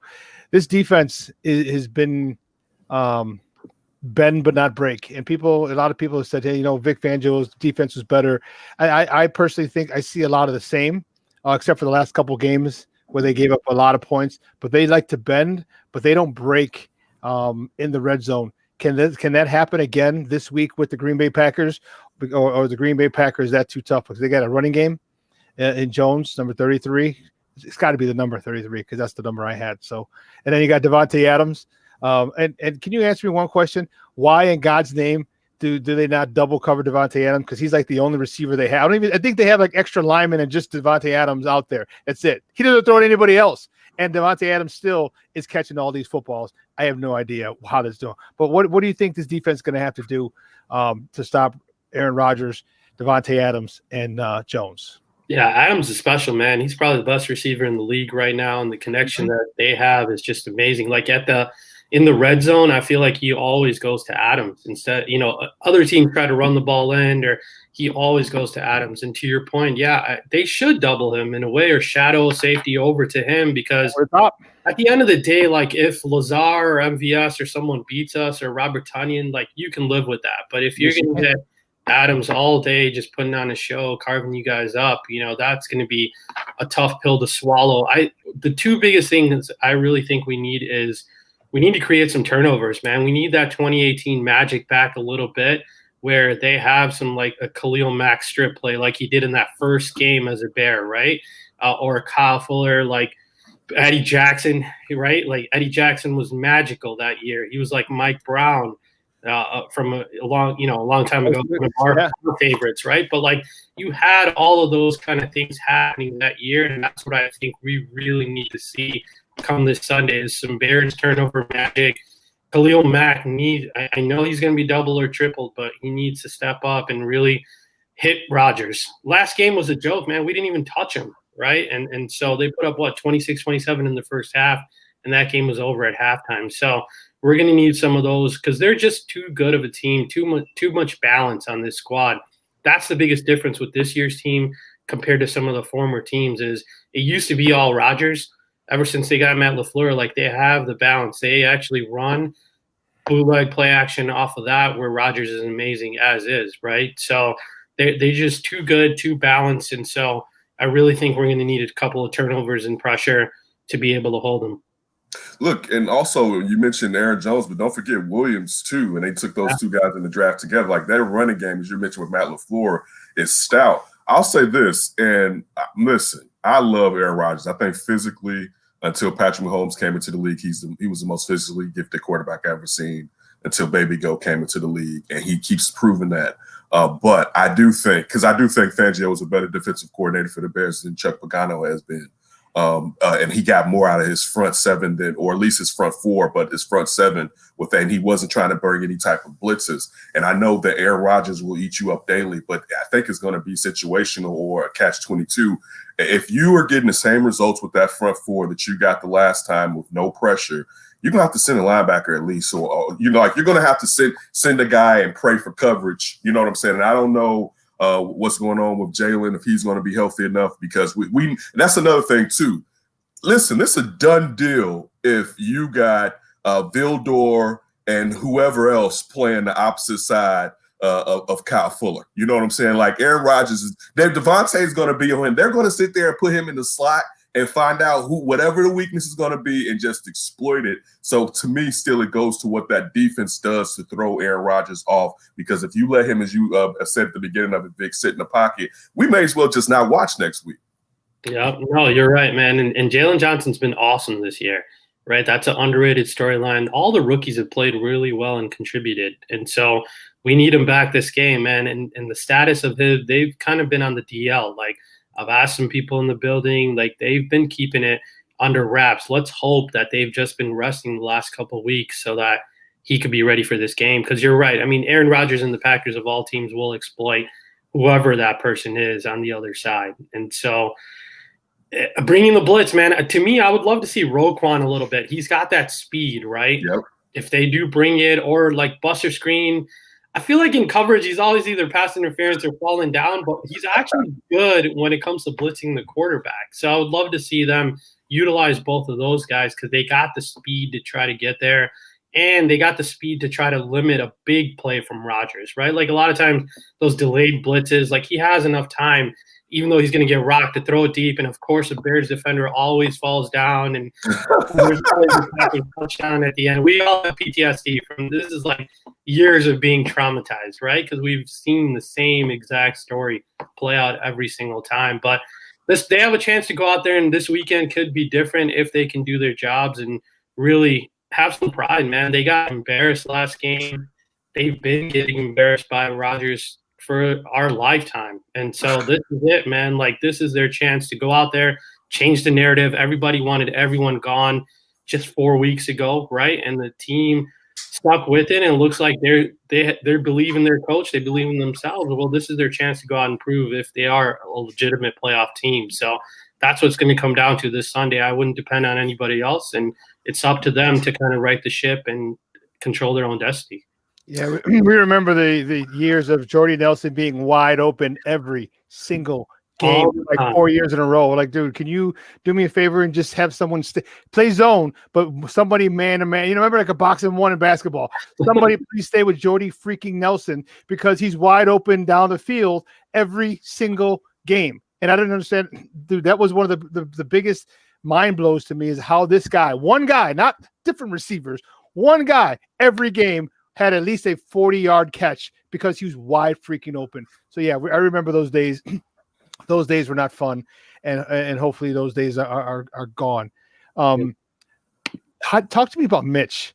You know, I this is where I think is the issues are with the two play callers, because Ken, you're right. And Jason and I were talking too, and I'm like, oh, Matt Nagy's calling plays. You could tell with the nonsense. But Mitch has the end zone interception. Okay, he's been playing very well, and he's had one, maybe two bad throws a game. How do you think he's going to come out? Because this is the team is his kryptonite. You know, he gets eaten up by the Packers. He gets, I don't know if intimidated by the Packers. I don't know what, but that's his one team. That's his Eleanor. If you remember Gone in 60 Seconds, that's his Eleanor. He just can't mess around with the Packers. How do you think he comes out and plays, especially after being benched and him having a refocus, so to speak, and him playing pretty well for the most part up to this point?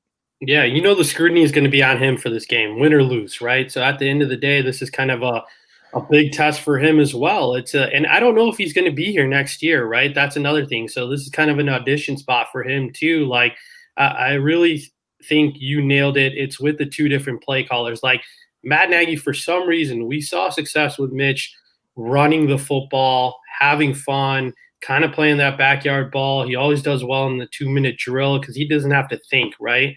And in that first year, Matt Nagy really did cut the field, make the game easier for him. And then for some reason last year, they made him into a pocket QB. They were out there putting him back there 40, 55 times a game, and that's not him, right? And again, you have to play to your strengths. And I still don't think Mitch is going to be a top 5, top 7 kind of quarterback, but there's no reason he can't be like a Ryan Tannehill type quarterback, right? In the right system where they run the football, move him out, utilize his legs. And that's what I see his ceiling as. And so, again, you're right. It's going to come down to the play calling as well. If they can be smart about it. The game that I would go back and look at if I was Nagy and Laser is 2 years ago, the second game against the Packers, the game that we beat them in Chicago. Mitch had a great game that game. There was a lot of rollouts, a lot of short, quick passes to Allen Robinson. We were able to move the ball, and we won that game. Eddie Jackson had a pick at the end where he got hurt, unfortunately, which cost us against Philly. But that was the perfect game for us, and that's the one they should go back and look at. Just because, like, that's when Mitch is at his best. When he doesn't have to think, he can be athletic, run the football. Again, this sucks to say, but, like, say he's running, he gets hurt a little bit or something happens. Like, this is it. This is the last game anyways, right? So you might as well go all out and just utilize his strengths and then put him on the spot and make him make big plays. Like, I still really think the Packers defense is suspect. They have poor tackling. Their linebackers are weak. If we can run the football, and then play action or bootleg or run Mitch off of that, they should be able to score points against this team. Vic, let me ask you this. As you mentioned, this could be the end of Mitch here. Best case scenario from Mitch on up through the organization, what should this team look like next season? What's interesting to me is this is what I'm hearing with the NBA and NFL. Again, this is going to be a money thing to me. A lot of these owners, you're starting to hear them gripe to media about losing money, right? These are billionaires, but they're still talking about $40, $60 million losses. They're like, we're not going to recoup all the money lost from fans this year. And the same thing's going to be next year as well, right? And so are they going to go ahead and then part ways with Pace, coaches, Nagy, the entire coaching staff, everybody in football operations, because you got to start over again?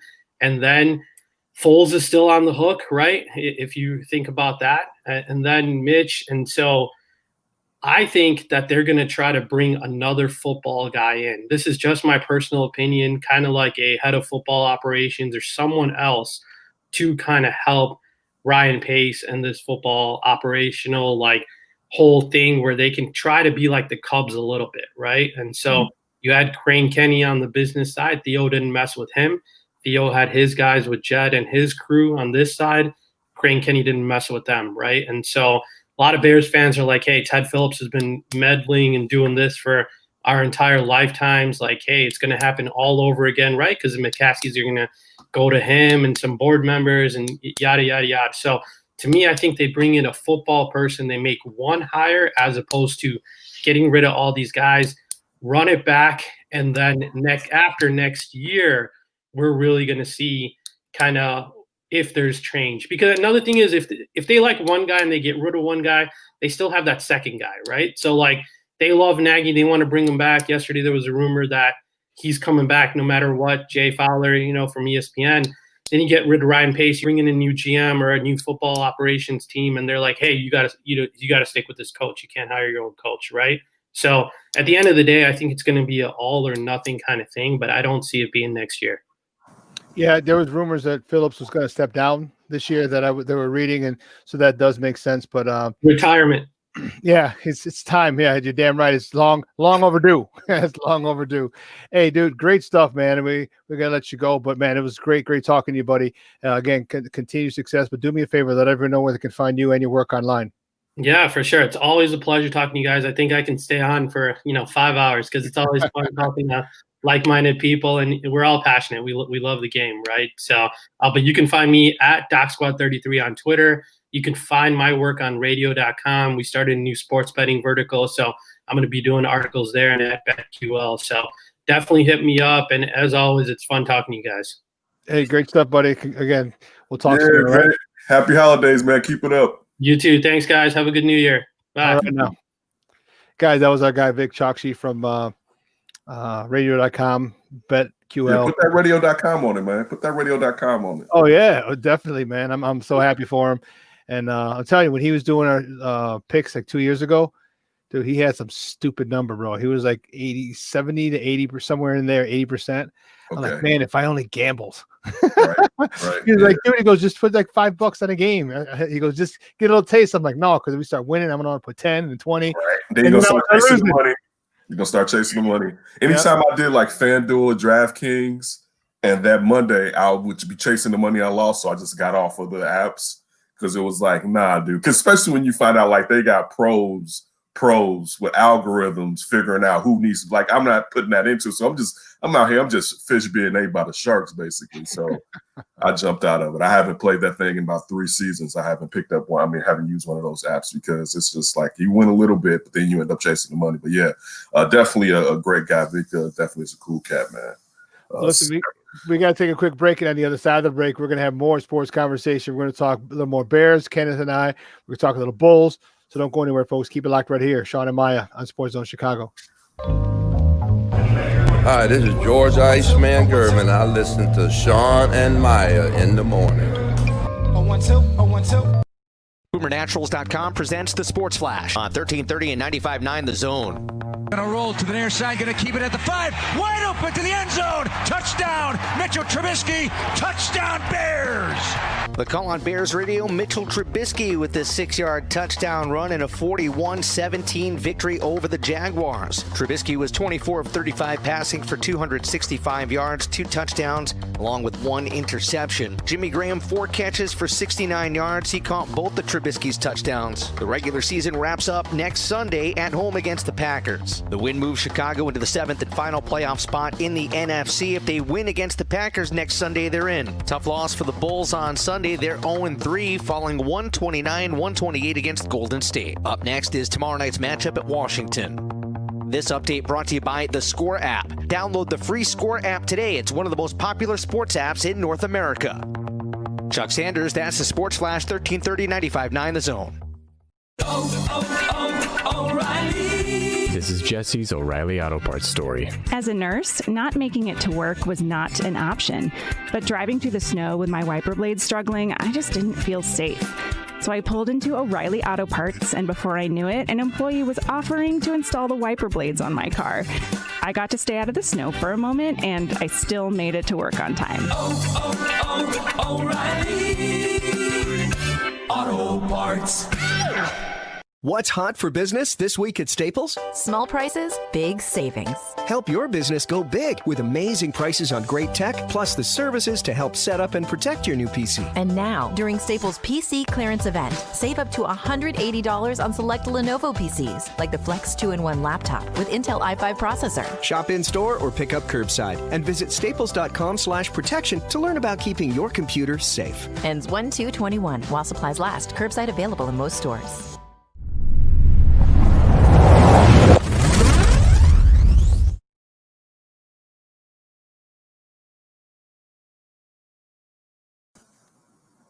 Welcome back to Shawn and Maya in the morning. I'm SportsZone Chicago. We were just joined by, we just got off the air with Vic Chokshi. What you eating on, man? We doing a show. It's a snack, dude. Come on now, Shawn. It was just a snack. I was like, you know the length of the break. You could have chewed that as soon as we went to break. You could start chewing on that. I did. I ran and got it and I ate it. But see, Ivan cut the break short. I'm like, come on, Ivan. Damn, Ivan. So I'm sure you're happy. I'm sure you're happy. You got another game with your boy. I can imagine you dreaming about next season. You know, see, you think that I think Mitch is going to be, all world. No. You think he's going to be top of the mid? No, I didn't say that. I said middle of the pack. Almost. I think you said almost draw. I said above average quarterbacks. He's in the middle of that slot of that grouping of quarterbacks. The middle of the above average quarterback pack is his ceiling. That's his ceiling. Old Mexican brick here. Dro. So I ain't talking about gas. You said I know. Mitch is almost Dro, almost 1990s Dro. All right. But no, listen. Great game. Even if it's a team that's like Jacksonville. Listen, Longneck was giving it his all for his revenge game. Yeah, it was. And Mitch is out here collecting checks when it comes to when you got the guy that was starting in front of you. Then you got Deshaun Watson, who's basically plagued you since being in the league. Love to see that he took the initiative on that play to run into the end zone. Dude, right now, and it's funny, I haven't mentioned it to my guys. When the Bears was 5-1 and they were full of what. I remember in our text chain being like, chances are they're going to make the playoffs regardless. Now, I'd be a fool to say when it got to that they got 6 straight losses, not even 4 straight, that I thought they still were going to make the playoffs. But they got so many wins at the beginning of the season, and with having an extra playoff slot, you get what you get. And listen, listen, it's bad when I have to sit there and text in the text chain with my guys. Well, one of my guys in particular, and have to talk about why Nagy needs to still go. And he's caping for Nagy. And I'm like, there's nothing special about this man. And you saw it yesterday. And again, I don't expect anything to happen. We saw with ESPN putting out that, the rumors are that Nagy's going to be here. I get it. You're going to run it back. And now, to be honest with you, I'm shifting to definitely, Shawn, is the money. I'm shifting to what tackle you're going to draft in the first round. You know what I'm saying? Like, that's really where my head is because even regardless of you give Mitch a Blake Bortles deal, a year with the option or 2 years with the option on it, something like that can at least satiate him. And then perhaps next year, I won't even say this year, because I can't even honestly say it. Listen, one of those quarterbacks is going to fall. I mean, if you just look at it, because if you're looking at it now, one, Zach Wilson is in play. You know what I'm saying? Like when it used to be Trevor Lawrence, Justin Fields, it's Trevor Lawrence. Then it's, do you prefer Zach Wilson or Justin Fields, especially with some of the play that you've seen from Justin Fields out of his last 3 games. So what you could do in the second round, and I don't know if this is still on the top list of what you need right away, if you're trying to take this regime and try to win it all. But what you could do in the second round is you may be able to still get you a Trey Lance, because I think with only playing 1 game during the pandemic and only having 1 season out there in whatever Dakota, I think he's in South Dakota. I know where Wentz was at or whatever. I think that the lack of tape is going to hurt him. I think the combine that will help. But then if you even look at Trask at Florida jumping up and more tape on him. So I think you can find you a guy with the physical skill set that you're looking for and stash him and still let Mitch do his thing. But that would be, I'll tell you that would be the only pick outside of looking to the current roster that I would make in that decision. If you can get value at QB, the rest of those picks, it needs to be another offensive lineman. If you don't take one in the second round, and then the third round, dude, you need to go. And we talked about this, Shawn, during the draft. And I saw Gibson, the rookie D lineman appearance yesterday, even though he messed up. You need an old Mark Anderson edge rusher, something cheap, somebody that can't stop the run for a little. I know this sounds like Robert Quinn, but I just said cheap. All right, can't stop, especially because this is another thing too. When we were on here with Lester Wiltfong, and Lester had a great point, but it actually has been proven wrong. Lester said that Robert Quinn hasn't been allowed to do what he needs to do because they haven't played with a head. They haven't been ahead. So you can just be like, Robert, don't worry about the run. Go get the quarterback. They've been ahead. I still haven't seen Robert Quinn. You know what I'm saying? But I get him making that analogy because we hadn't seen him being put in a situation to succeed. But now we've seen him put in a situation to succeed. Now, you can't get from up under that. But that's how me looking at it and accepting, you know what I'm saying, realistically what's going to happen moving forward. We said it. The only problem, I'll say this, is you can't get from under Nick Foles' contract because he plays so bad, nobody's going to offer him anything. So his incentive is to basically be like Otto Porter, and I know I've said it before, and be like, yeah, I'm going to take this last lump sum before I get back on the market because I don't know how the market has shrunken when it comes to me. Yeah, you know what? The play of Robert Quinn has been really suspect. It's been unfortunate, but the numbers. Because he does things that don't appear on a stat sheet, but that's not you. You can get a undrafted free agent to do that. We need other stuff. Okay, they paid you for sacks. They paid you for pressures. They paid you to be disruptive. Okay, if you're gonna keep contained and have the ball carrier turn in and someone else make the tackle, that's cute. But you get an undrafted rookie free agent off the freaking street to do that. Okay, they paid you for a reason, and it's just like Khalil Mack. And I know Khalil Mack is being held and assaulted and damn near raped every play, but they're giving you money for a reason, and you got to fight that. And you know what? If they didn't feel that you were that much of a force, you wouldn't have gotten that money. And you've shown you're that force, so you have to understand what people are going to do. So now you have to, remember the Untouchables when after Sean Connery got and Kevin Costner's like, what? And he's like, what are you prepared to do now? What are you prepared to do? Like you have to. They don't play fair. They're not playing fair. You could literally call a hold every play. So you have to be able to do something, and that's where Khalil Mack's got to get a little nasty. Like give someone a nut check, give him a nut check, give him a chop in the throat so he can't breathe for a quick second. Something Okay, to let you know that you're not gonna hold me, damn it, every single time and get away with it. No, I'm too damn good. I'm Khalil and Mickey Ficky Mack. I was just going to say I was going to say about Quinn, and we know Akeem Hicks plays with an edge. Someone else needs to get nasty out there. Not cost. Listen, one penalty. All right, outside of that, stop it. Yeah, all right, I'll take a 15. I'll take a 15. Yeah, but someone needs to punch someone in the throat. Get edgy, and also since we're going untouchables, he died squealing like a pig. I love that one. But listen, and but see, also this goes to Chuck Pagano too, because you know what? Yeah, I'll say this, and this goes to Khalil Mack. You can scheme to say he's on this side, but you also like one of your tackles is going to be the weaker tackle, right?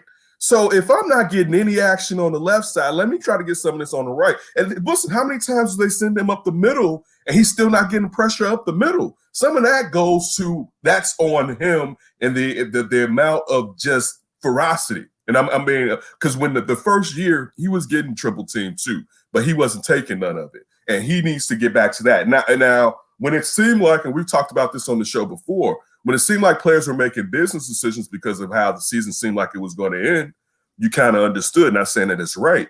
But now when you look at how the season is going to end now, those decisions have to go because now you're playing for the playoffs and not even just playing. You can make noise in the playoffs because how many points this offense can score. This isn't just, man, they get to the playoffs, man, they're going to get their ass kicked. Dude, if they get to the playoffs and they can score 30 points, they can win a couple games. 30 points and hold the ball majority of the time. You can listen, especially because there's no one like who are you afraid? Outside, I'll just say it's the Bears kryptonite. Outside of the Packers, dude, I'm not afraid of the Saints like that. You know what I'm saying? They put no fear in my heart when it comes to these teams. But I respect Sean. I mean, I respect Sean Payton and how he usually can pull it off. So you know what I'm saying. But the rest of these teams in the NFC, there's no fear. You can score 30 points and you can play the way that you can play. And as you just said, you can sit there and have ball possession. Yeah, you can go. I'm not gonna say you can go to no damn Super Bowl. They don't deserve to go to the Super Bowl. Let me say that too.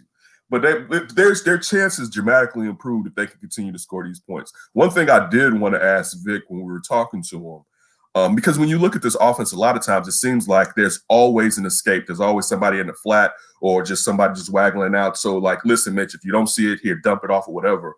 When do we start to see the results of teams actually keying on what Bill Lazor is doing and trying to disrupt that? And then what do the Bears do after teams show you that look and they adapt to it? That's what I'm interested in seeing moving forward. Because I think by now there's been a decent amount of tape on Bill Lazor called Offense for the Bears. You know, here's the thing. Let's spice it up a little bit. A guy who's not as happy with this particular set of Bears.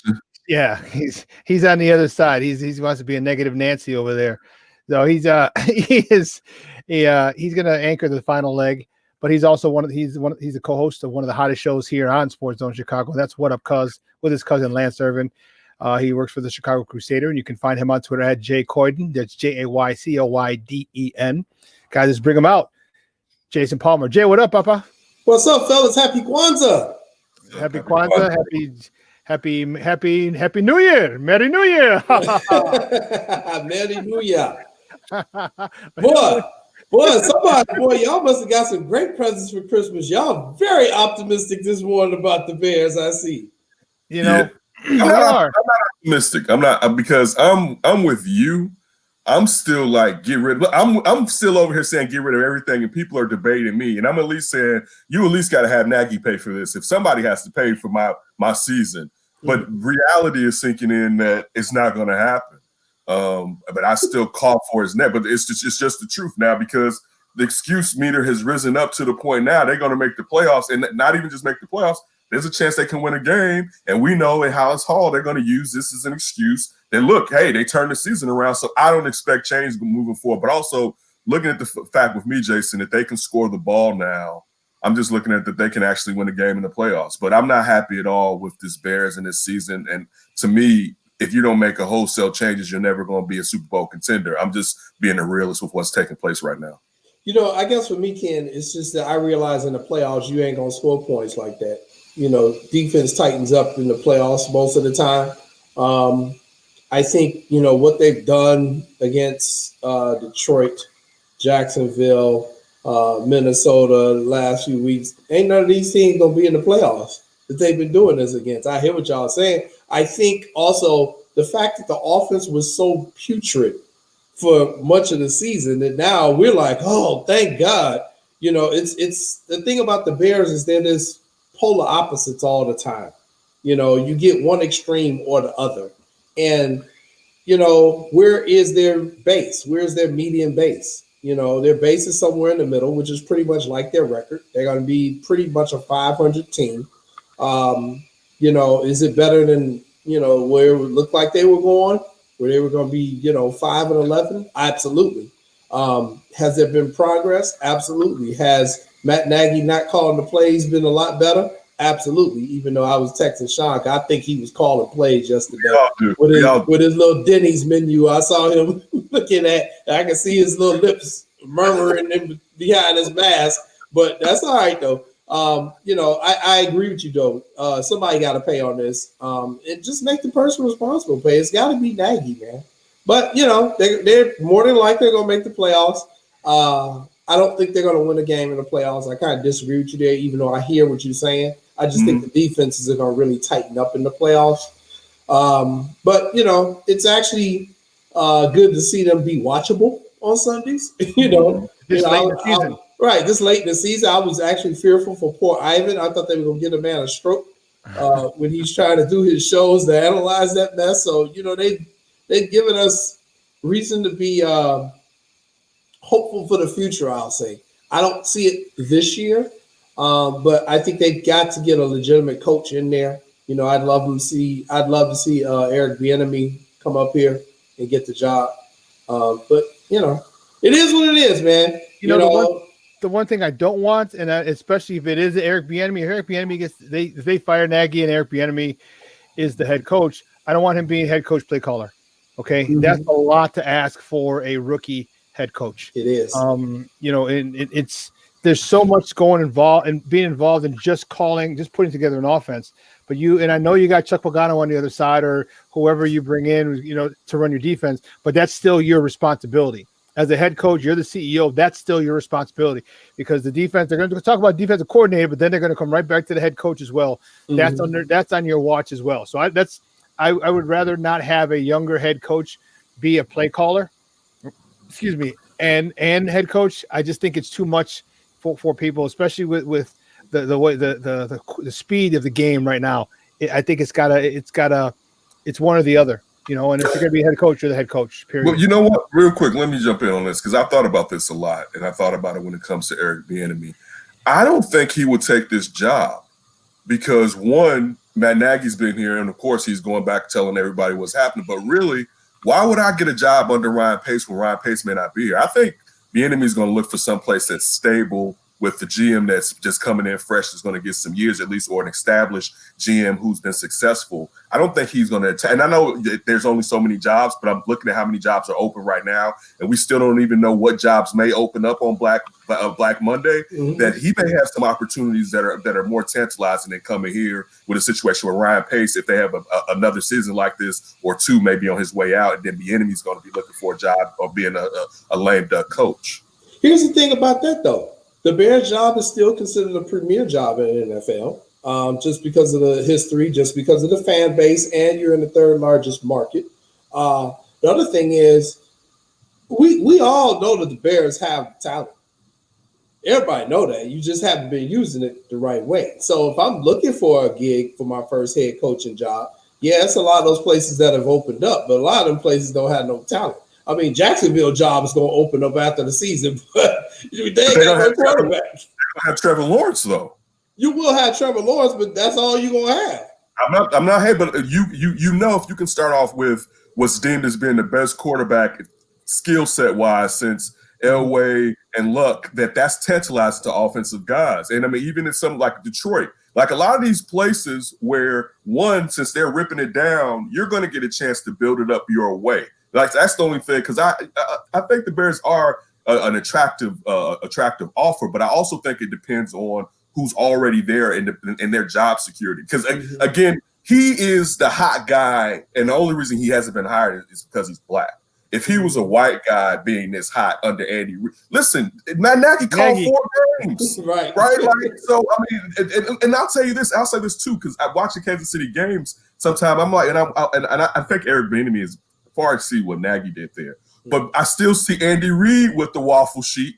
And and I'm like, how much is Andy? And we know with Matt Nagy, it was like, well, who's doing what at certain times? I mean, and Andy Reid being a genius, of course, he should give his influence, but that's also some of it. But I mean, I'll say this too. For Eric Bieniemy, for me, I would like to see him here because I want him to be successful. But out of fear of him coming here and not being successful because of the setup up top, I wish the brother to go someplace else so he doesn't end up like the next Jim Caldwell or something like that. That's a good point. You know, the other thing I wanted to ask you guys about, the thing I noticed in that game, for it to be, you know, such a blowout game and the Bears playing Jacksonville, there was some serious hitting going on yesterday. I mean, it was some really hard hits going on and some chatter going back and forth. And I was not expecting that at all. And it was really kind of good to see it. Just you guys' thoughts on that, and on the one play on special teams when both of them got rocked. I texted Shawn like, "Oh my god!" Where the hammer actually was on Rubber Leg Street. That's the one dude. He came out. He knocked the hell out of our dude, man. And he was like, "Whoa." What sunset am I on? Well, you know what? I'll say this. I thought about you actually, Jason. I thought about you. I thought that was actually a legal hit, to be honest with you. I didn't think it was clearly, because to me he hit him here. Now after he hit him here, their helmets collided, but he hit him here, and that's just football. Listen, that's why you don't want to play special teams in football in the first place. All right, like that's if you haven't been out there playing special team, it's scary, right? Like that's why. That's why you don't want to play if you're a starter. Right. You're a starter, you want to play. You're right. If you're hanging on, like, hey, I'll go crack head. But listen, guess what? Give me that check. It's still scary. But there was definitely some walloping going on, and that's you want to see that with one team that's struggling and another team trying to definitely get into the playoffs. I still would have wanted to see more QB pressure, to be honest with you. You know, like that's like that to me. Like where you got to either scheme it or they got to have the heart to do it. You know what I'm saying? And I'm not saying it, and that's what's going to be the tail of when they get into the playoffs, and when you play these teams with these better offensive lines, better offensive setups, that's going to really expose this team, because that bend and don't break is going to be a lot more break. And actually, Shawn, I know you've been saying it. I think they've been a lot more break than bend. At the beginning of the year, it was on that side of bend where it was like, listen, you can do whatever you want to do. It was kind of like New England from years past, where it was like, do whatever you want to do in the front 80, but when you get to this back 20, you're not getting in. That's how the Bears were at the beginning of the year. And now it's like when you get in this 20, your chances have increased. So I would say we'll stop you 40% of the time. And early on in the year, they were stopping them close to 70% of the time. And that's where it's like, wait, I'm not really feeling this side of bend don't break, especially to the guys that's on the back end of the defense. Well, because with Jalen Johnson being out, that hurt big time. That hurt big time in the back end. But I see your point. I think they were giving up a little more. I still think they were still great in the red zone on defense. I think they're still giving up more because a lot of times that came from outside the red zone. No, if you're on a 20, it depends. I mean, if you're on a 23 and it's a pass or a run, that's technically it's not a red zone play. You know what I mean? But I think that I think Jalen Johnson has a big part to do with it. You got these guys, and he's not the best. The main point of the defense, but when you're out there on an island and as a cornerback, everything you do is magnified because it's you versus it's one-on-one. You get beat, man, you look stupid. You make a play, man, you look great. It's kind of, you know what I mean. So I think him being out, I don't know how much confidence they have in these other guys in Volare or Volari or whatever his name is, and Vildor. Him too. Vildor sounds like isn't that dude in the Smurfs? Vildor, Gargamel and Vildor. You know what I mean? So I think hopefully Jalen Johnson's back, and I think having those top two corners back will help out big time. Just personally. Hey, Ken, great stuff, Papa. Do me a favor. We'll see you. Oh, so man, we're not going to see you till next Monday. Next Monday. Damn. Yeah, I'll see you guys. Have a happy New Year's, man. Always appreciate it. Stay safe, man, out here in these crazy streets. Hey man, don't forget to burn your sage so we can get rid of 2020, Ken. You're right. Actually, you're right. I'm gonna order some. I'm actually gonna get that from Amazon. I definitely need to because it definitely needs to. Look at Shawn. I feel you. This has been this has been it. But you guys have a good one. All right, man. I'll be in touch this week, Ken. We'll talk. No doubt.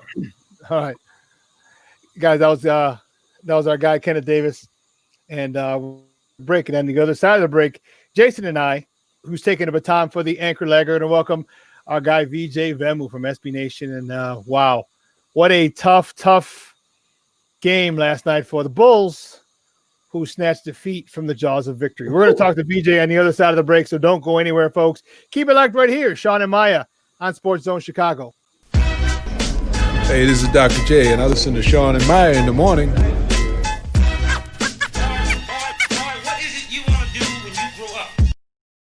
BoomerNaturals.com presents the Sports Flash on 1330 and 95.9 The Zone. Gonna roll to the near side, gonna keep it at the 5, wide open to the end zone, touchdown, Mitchell Trubisky, touchdown Bears! The call on Bears Radio, Mitchell Trubisky with the 6-yard touchdown run in a 41-17 victory over the Jaguars. Trubisky was 24 of 35 passing for 265 yards, 2 touchdowns, along with 1 interception. Jimmy Graham 4 catches for 69 yards. He caught both the Trubisky's touchdowns. The regular season wraps up next Sunday at home against the Packers. The win moves Chicago into the 7th and final playoff spot in the NFC. If they win against the Packers next Sunday, they're in. Tough loss for the Bulls on Sunday. They're 0-3, falling 129-128 against Golden State. Up next is tomorrow night's matchup at Washington. This update brought to you by the Score app. Download the free Score app today. It's one of the most popular sports apps in North America. Chuck Sanders, that's the Sports Flash, 1330 95.9 The Zone. This is Jesse's O'Reilly Auto Parts story. As a nurse, not making it to work was not an option. But driving through the snow with my wiper blades struggling, I just didn't feel safe. So I pulled into O'Reilly Auto Parts, and before I knew it, an employee was offering to install the wiper blades on my car. I got to stay out of the snow for a moment, and I still made it to work on time. O'Reilly Auto Parts. What's hot for business this week at Staples? Small prices, big savings. Help your business go big with amazing prices on great tech, plus the services to help set up and protect your new PC. And now, during Staples PC clearance event, save up to $180 on select Lenovo PCs, like the Flex 2-in-1 laptop with Intel i5 processor. Shop in-store or pick up curbside, and visit staples.com/protection to learn about keeping your computer safe. Ends 1/2/21 while supplies last. Curbside available in most stores.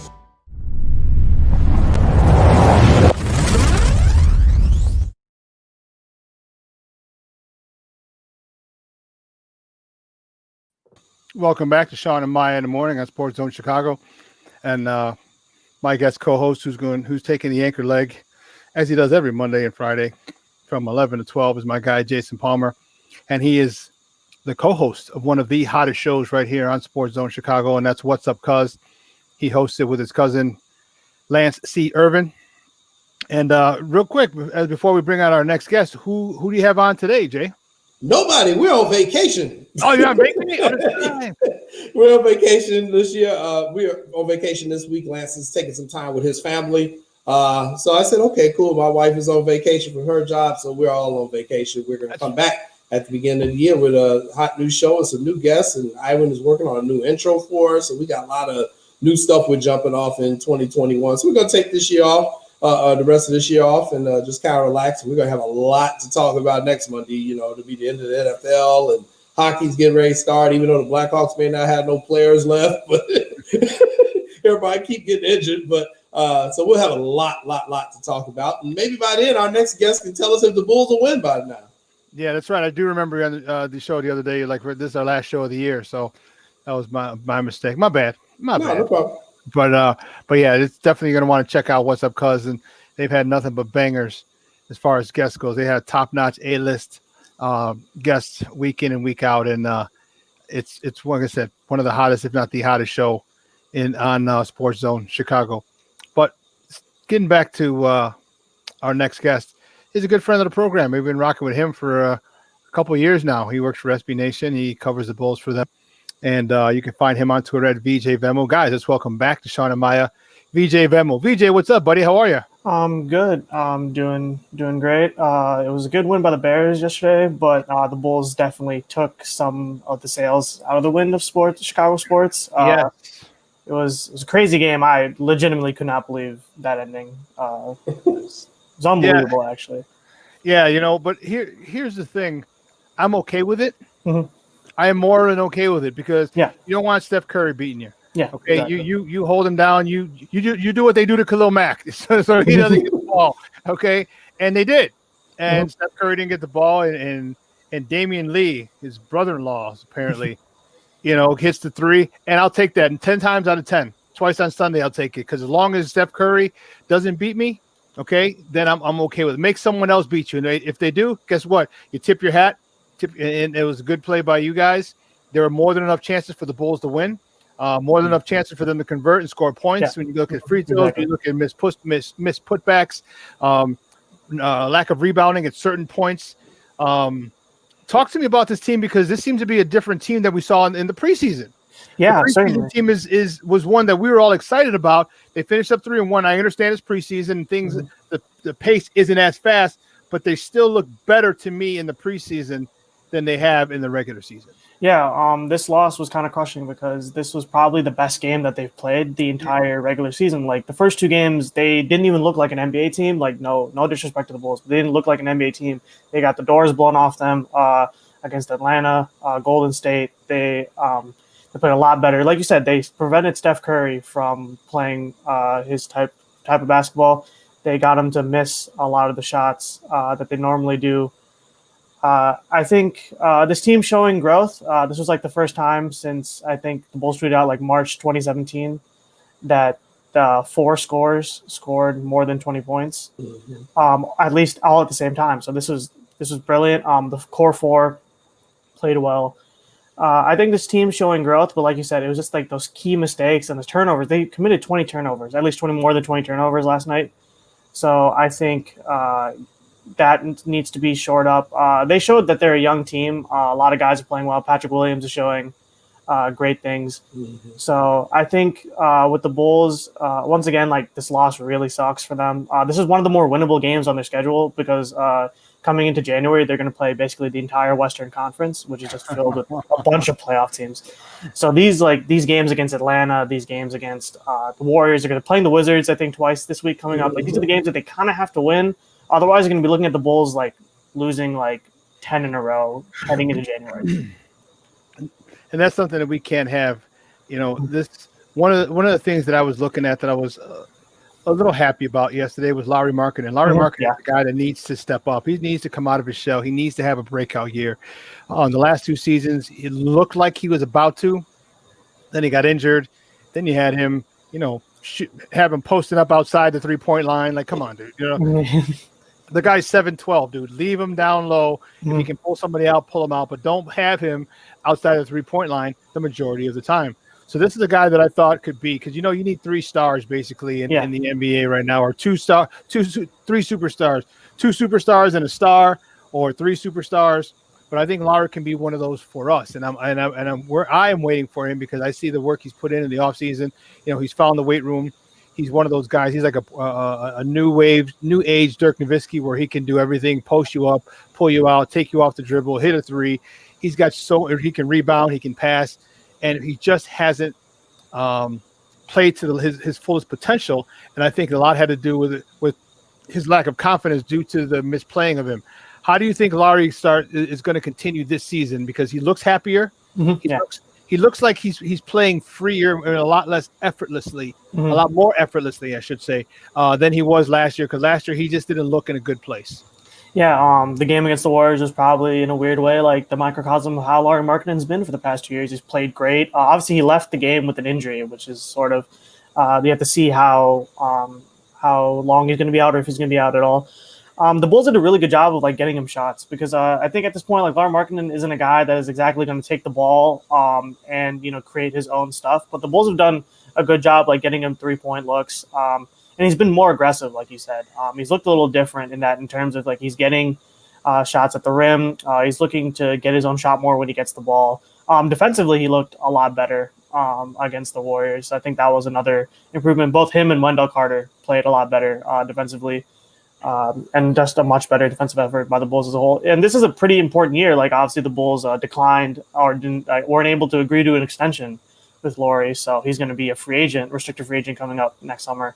So not only is he playing in interest of the Bulls hoping to resign him, but hopefully someone else will probably offer him a big contract. But yeah, like you said, like Markkanen is one of those new age guys that can spread the floor, shoot threes, has a really quick release. So this was like a really good game from him, and hopefully for the Bulls, like you need more of these games from Markkanen moving forward. VJ, happy holidays to you. I want to follow up actually with one of our commenters, Vernon. He said talking about those jerseys that they wore yesterday. When we saw the photo of them, everybody like, okay, they be all right, but you never really know until you see them. I kind of like them. What were your thoughts on them? Yeah, I honestly had the same reaction you did. When I first saw them, I was just like, wow, like I thought they could have done a lot better. I thought that the last year's was pretty good, like, with the incorporating like the Chicago flag and everything.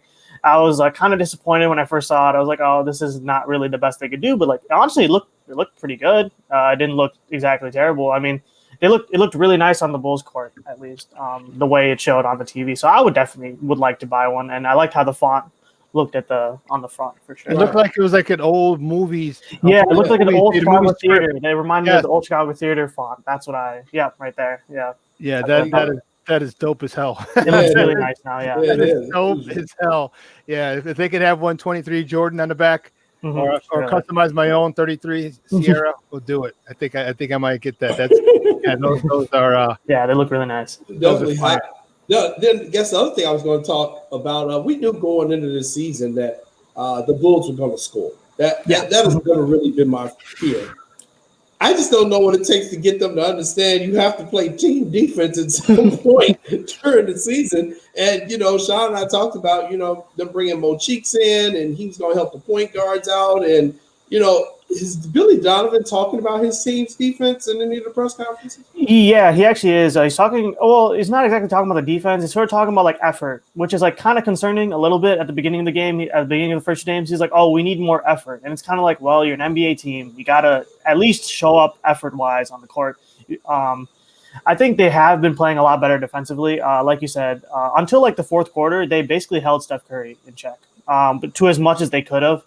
And I think overall, the big men played a lot better. But in terms of like simple defensive mistakes, they're still showing it like they did the past 2 years. Like it's a simple defensive rotations is like helping one man over or recognizing when you need to like move off help defense. The Bulls guards are still struggling with getting through screens. It'll be like so. Unlike last year, the Bulls definitely blitzed like the pick and roll. Like they had the big men step up a lot under Jim Boylan. This year, they're a little more conservative, but the Bulls guards are still struggling with getting through screens. I think that's the biggest problem is a lot of teams are getting into the paint a lot easier. And against teams with really good guards like Steph Curry and Trae Young, Victor Oladipo, you're going to see the Bulls maybe struggle with stopping that. So like you said, like Billy Donovan, it has been talking a little bit about the defense. But he has also acknowledged that it's going to be like a very big task for them moving forward this season because, like you said, they could score at will. Like they have 3 guys that's for sure who can put the ball in the basket. It's just that team defense that they really need to work on, and hopefully they can get it moving forward because it hasn't really clicked like you said at the beginning. Guys, we're joined by VJ Bemu from SB Nation talking little Chicago Bulls basketball right here on Shawn and Maya on SportsZone Chicago. One of the guys that I wanted to see was Wendell Carter Jr. Talk to me about his play. He seems to be a lot more. He's another one who seems to be playing a lot more free. Yeah, a lot more in tune with the game, and it seems like he's having a lot more fun than he had before. Talk to me about his game and where you think his game could end up by the end of the season. Yeah, he certainly had like a roller coaster to begin the season because during preseason, he completely looked like the guy that played under Jim Boylan, where he would just grab the ball at like near the paint and then he'd just be like, what do I do with it? Like, what do I do? Like, do I pass the ball? Do I shoot it? And he would just end up giving it away. He didn't play really well at the beginning. This was probably his best game, like with the rest of the Bulls. I think he was a lot more aggressive, which I would like to see. Like, yeah, it'll probably result in some like turnovers. Like he's had a couple of bad passes, but you want to see him taking those passes, and it shows that he's being aggressive and wanting to, like initiate the offense. I hope that, we can see more of this from Wendell Carter. Obviously, probably won't see a lot of 22-point games from Wendell Carter, but we'll probably see a lot of good like 13 rebound games, playing a lot better rim protection defense, a lot more better passing. He'll be a guy whose impact won't exactly show up on the box score. It's going to be a lot of the nuances in the game. Like he'll like come over for help defense and alter shots. He'll help guys. He'll be like the one pass away guy when it comes to offense. So I hope that's sort of what he is. I know people compare Al Horford to him a lot, and I think that's the exact comparison that you want to see from Wendell Carter. Is a guy that can he can shoot threes when he's open.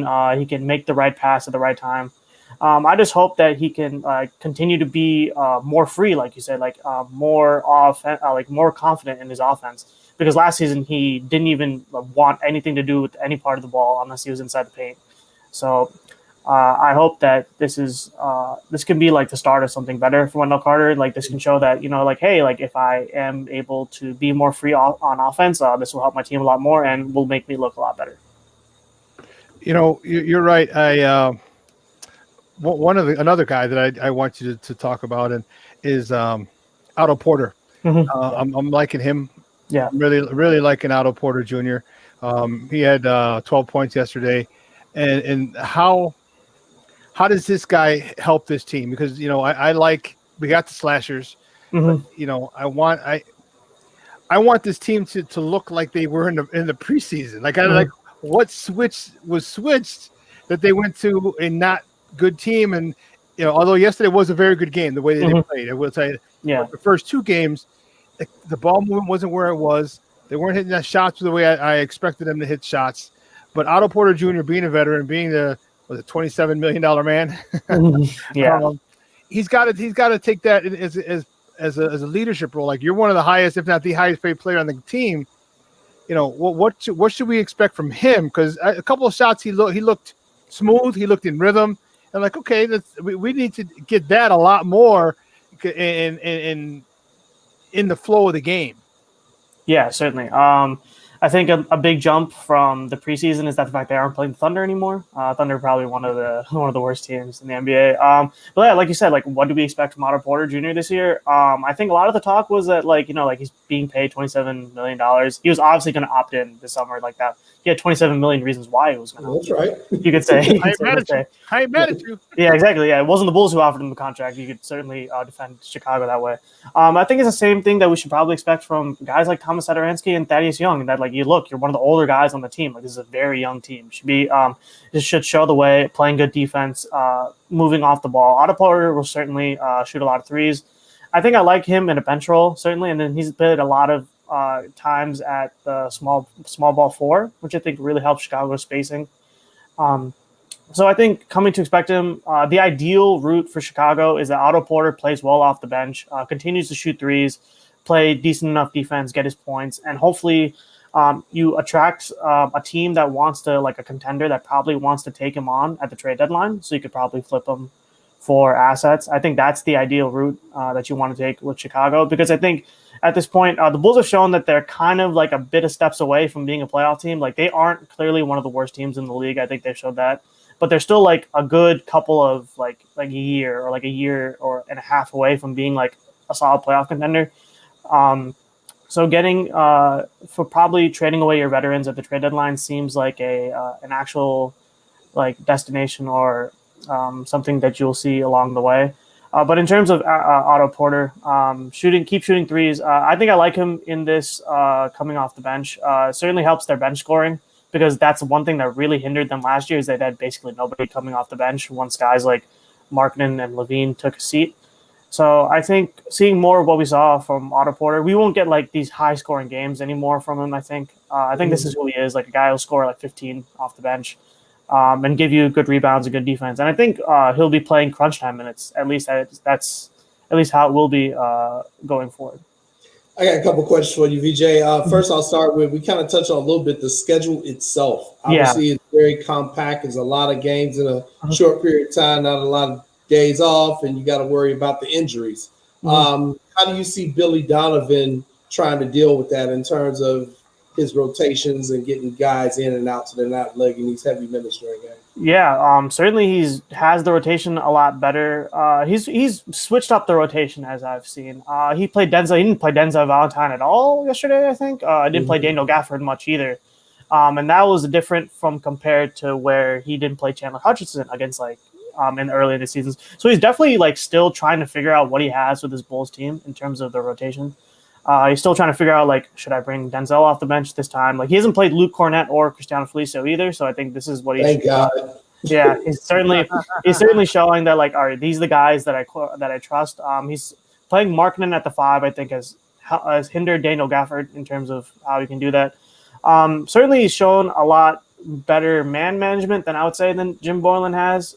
Certainly in terms of not playing all of the starters at one time and then playing all the bench guys another time. Certainly staggering the minutes. And it's not leading to the Bulls looking outmatched. Granted, they did give up a 20-0 run on Friday against Indiana. Mm-hmm. But I think in terms of with the schedule coming up, there's going to be a lot of tough teams, especially in January. So I do like the minutes that he's been giving a lot of the guys, and I do like the lineups that he's been playing. At least Billy Donovan has showed that he's willing to tweak some of his lineups, which I really do like. And I think it's still clear, he still doesn't know what he has in his bench units in terms of his small forwards, in terms of Denzel Valentine and Hutchison. So I think we're going to still see a lot of these games where one guy will play 15 minutes off the bench, and then he might not play the next game because still the Bulls haven't played basketball in 9 months. So they're still trying to feel out this roster. Mm-hmm. And I guess my other question is, and I also think this is a key question right now, I just don't know who the answer is. Mm-hmm. Who's the leader of this team? There's no leadership, and I know, we're talking about actually the trade line flipping veterans for our assets, but I actually think we need to flip and get a veteran because I don't know who the leader is on the Bulls. They all kind of have a, Shawn, it too, coaching football. You can't really make a leader if you don't have it in you for a lot of times. I just see that as a big problem right now with this Bulls team. I want to hear your thoughts on that, VJ. Yeah, certainly. Good question. Who's the leader? They certainly had that leadership committee thing last year, which led to a bunch of, I don't know, it's kind of weird. I get what they were doing, but probably having that leaked out to the media probably wasn't the smartest move. But yeah, like you said, who's the leader? Is it LaVine? Well, LaVine's certainly the on the court leader, as you can say. He's the ball's in his hands in crunch time. But in terms of actually leading it, I really don't know. Like you said, there isn't a guy that's exactly hey, we need to do better, we need to do this. If I had to choose someone, it's probably LaVine. But in terms of actual leadership, it's probably Billy Donovan, right? And Arturas Karnisovas. It's probably those two guys who are the exact leaders. But like you said, the Bulls really need to figure out because like you said, I couldn't come up with an answer other than LaVine because it's certainly not Markkanen, certainly not Carter Jr., probably not White either. The veterans, it's not the veterans either at this point, which is a weird thing to say given the Bulls have 3 veterans on their roster. And Garrett Temple too. You can probably add 4.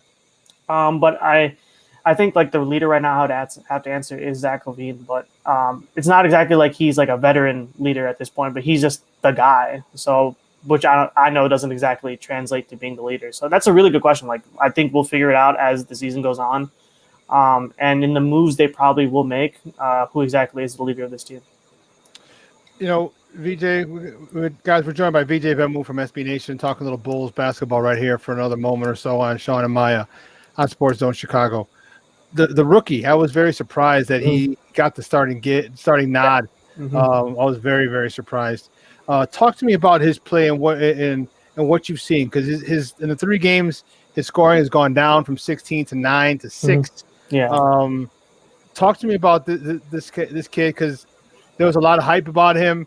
Mm-hmm. There was not a lot known about him, and then people started watching his YouTube videos. Then there was a lot of hype about him. Yeah. And so where's this guy stand? I mean, the kid's only 19, 20 years old. So he only played 1 year at Florida State. Mm-hmm. So, I mean, he's going to be very raw. But where do you see this kid, and how do you see this kid developing? And truth be told, how shocked are you that he's in the starting lineup? I was kind of shocked, but at the same time, like the Bulls are a very young team. You just gotta throw out what you have, and I think it's worked. Like you said, moving Otto Porter to the bench really has helped. I think he's showed a lot of good tools. Like obviously he's a rookie and he's 19 years old, so there's gonna be a lot of moments where he's still adjusting to the NBA game, very raw. I do think he's a lot of good tools, like his ability to shoot off the dribble really quickly. He can get to the rim.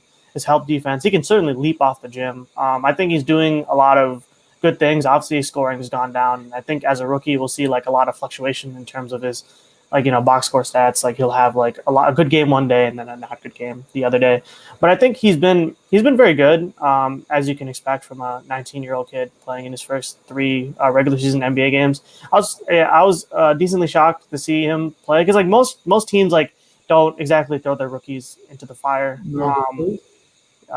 Until I think what I was expecting him to get the starting job in February, when the Bulls are oh, this is what we know as a team, either we're really bad or we're fighting for a playoff spot. But I think he's been fine. His defense has been good. His jump shot's been fantastic. I think that's what's been the excellent thing.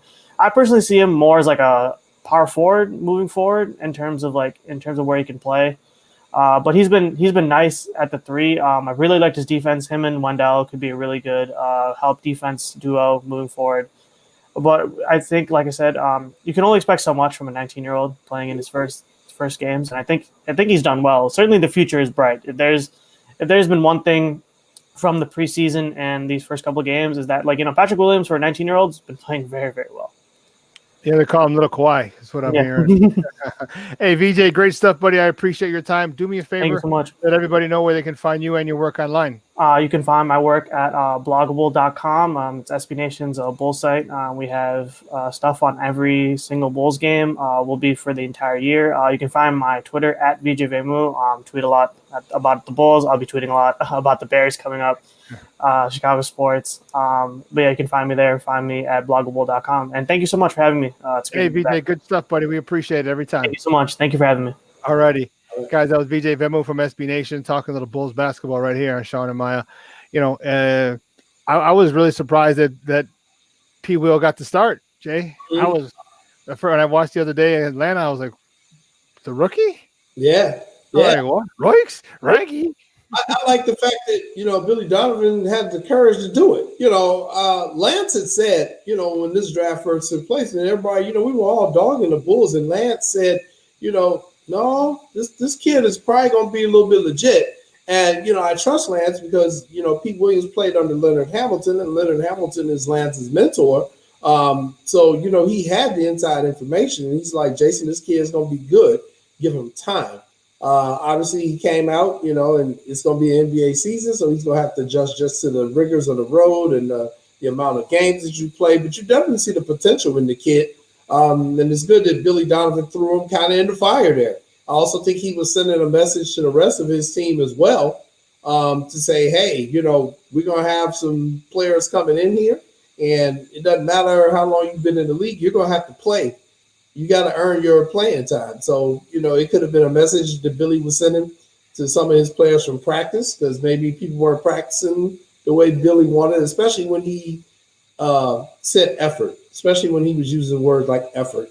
That is concerning that you're using that within the first 3 games of the season and y'all ain't played in 9 months. So, what else do you have to do but give effort? So, we'll see. I am not expecting this team to be the same at the end of the season that it is now, and I think that's just because of the coaching staff that they've assembled, and we will see a lot of progress on this team. And I'm still very excited about them. I think they got a ton of potential and, maybe a couple of trades here and there and, you sneak into the playoffs. But they got to play defense, man. When I coach basketball, the only reason we won our championship is because we played defense. And, what I would tell my team is you guys like to score, right? Yeah, we love to score, coach. I'm like, well, you can't do that if you don't have the ball. So there you go. You got to play defense because you got to get the ball if you want to score. That's the truth. Listen, we got to take a quick break. It's the last break of the show, so don't go anywhere, folks. More sports conversation. We're going to talk a little more Bears, talk a little more Bulls. We're going to talk about the passing of a couple of people in the sports world. So don't go anywhere. More sports talk. Keep it up. Keep it up right here. Shawn and Maya on SportsZone Chicago. Hey, this is Gary Payton, and we listen to Shawn and Maya in the morning. Do that. BoomerNaturals.com presents the Sports Flash on 1330 and 95.9 The Zone. Gonna roll to the near side, gonna keep it at the 5, wide open to the end zone, touchdown, Mitchell Trubisky, touchdown Bears! The call on Bears Radio, Mitchell Trubisky with the 6-yard touchdown run in a 41-17 victory over the Jaguars. Trubisky was 24 of 35 passing for 265 yards, 2 touchdowns, along with 1 interception. Jimmy Graham, 4 catches for 69 yards. He caught both the Trubisky's touchdowns. The regular season wraps up next Sunday at home against the Packers. The win moves Chicago into the 7th and final playoff spot in the NFC. If they win against the Packers next Sunday, they're in. Tough loss for the Bulls on Sunday. They're 0-3, falling 129-128 against Golden State. Up next is tomorrow night's matchup at Washington. This update brought to you by the SCORE app. Download the free SCORE app today. It's one of the most popular sports apps in North America. Chuck Sanders, that's the Sports Flash, 1330 95.9 The Zone. O'Reilly. This is Jesse's O'Reilly Auto Parts story. As a nurse, not making it to work was not an option. But driving through the snow with my wiper blades struggling, I just didn't feel safe. So I pulled into O'Reilly Auto Parts, and before I knew it, an employee was offering to install the wiper blades on my car. I got to stay out of the snow for a moment, and I still made it to work on time. O'Reilly Auto Parts. What's hot for business this week at Staples? Small prices, big savings. Help your business go big with amazing prices on great tech, plus the services to help set up and protect your new PC. And now, during Staples PC clearance event, save up to $180 on select Lenovo PCs, like the Flex 2-in-1 laptop with Intel i5 processor. Shop in-store or pick up curbside and visit staples.com/protection to learn about keeping your computer safe. Ends 1/2/21 while supplies last. Curbside available in most stores.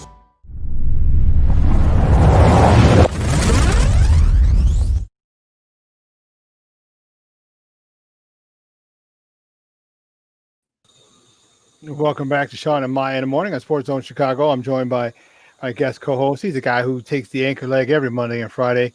He's one of the co-hosts of one of the hottest shows right here on SportsZone Chicago. And that's what Up Cuz. It's our boy Jason Palmer, and we're going to entertain you with for the last half hour of the show. Well, actually, I don't know how much entertaining we're going to talk about because we're going to talk. It's a little morbid. Casey Jones. Yeah.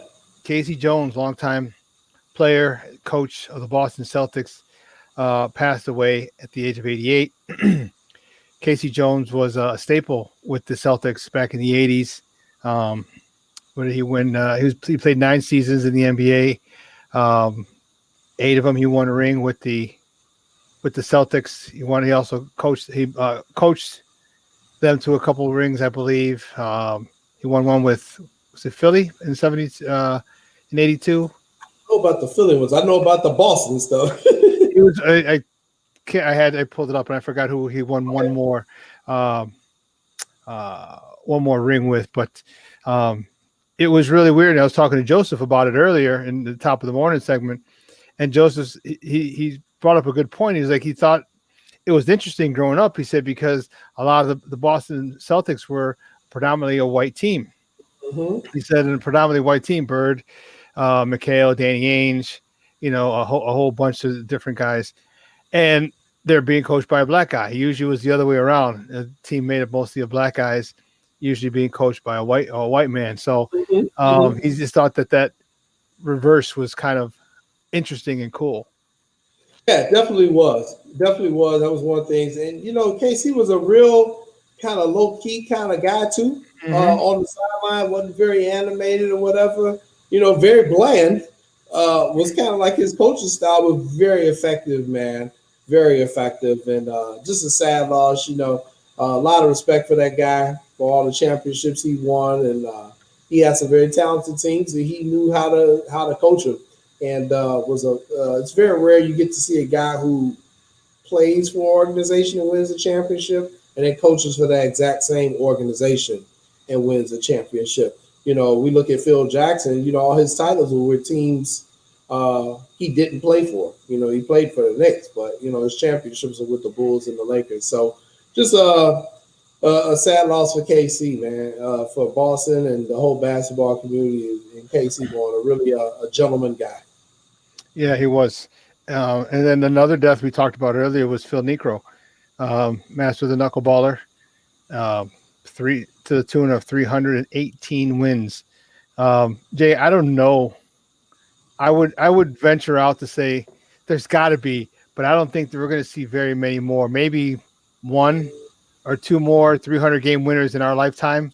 It's just it just doesn't go that way. One, because you're having 5-man rotations now as opposed to 4 back in the day, especially in the 70s and 80s, even 90s, that you would have a 4-man rotation, and so you pitch more, so you have more opportunities to win. But nowadays with the specialization and the use of bullpens the way they are, all the metrics, like, okay, you can only throw X amount of pitches, and it stinks to a certain extent.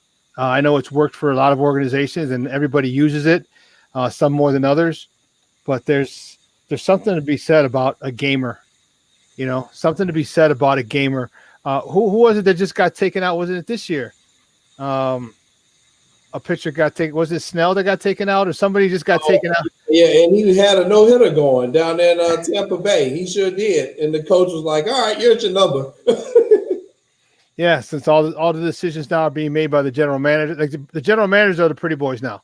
Right. They're the pretty boys. They're the superstars, the rock stars, and they come up with a metric saying that managers are only good for 3 wins per season, and so they've taken their focus off of the manager and given, and basically making all the decisions upstairs. So, so you're not going to see. I truly don't think we're going to see another 300-game winner in our lifetime. We're getting up there a little bit too, so we don't have much. Yeah, it's going to be hard to see it. I mean, you look at the current pitches, and I'm shocked if these guys can almost go 6 innings at this point. It's almost like unheard of how fast they do it. And Shawn, you mentioned a 5-man rotation. They're actually talking about possibly going to a 6-person rotation to give those pitchers an extra day's rest so they feel like they can get more out of them. But you can tell the game is changing, because one thing you don't see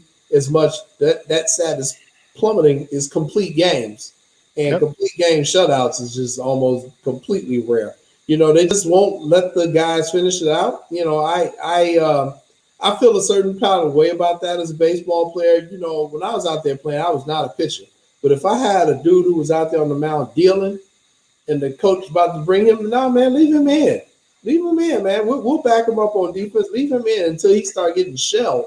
Because, the thing is, whenever you bring in a new pitcher, that's a whole nother factor now. If this guy's having a bad day, you just probably mess your team up. So, but Phil Niekro, man, let's talk about that knuckleball, though, man. That's, we talk about the guys not going in, and we very rarely see a knuckleballer nowadays, Shawn.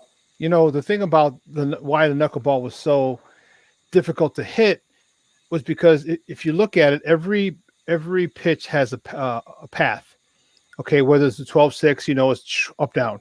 Okay, whether it's a slider, basically same thing, but down and away. Okay, whether it's a cut fastball, it's moving in.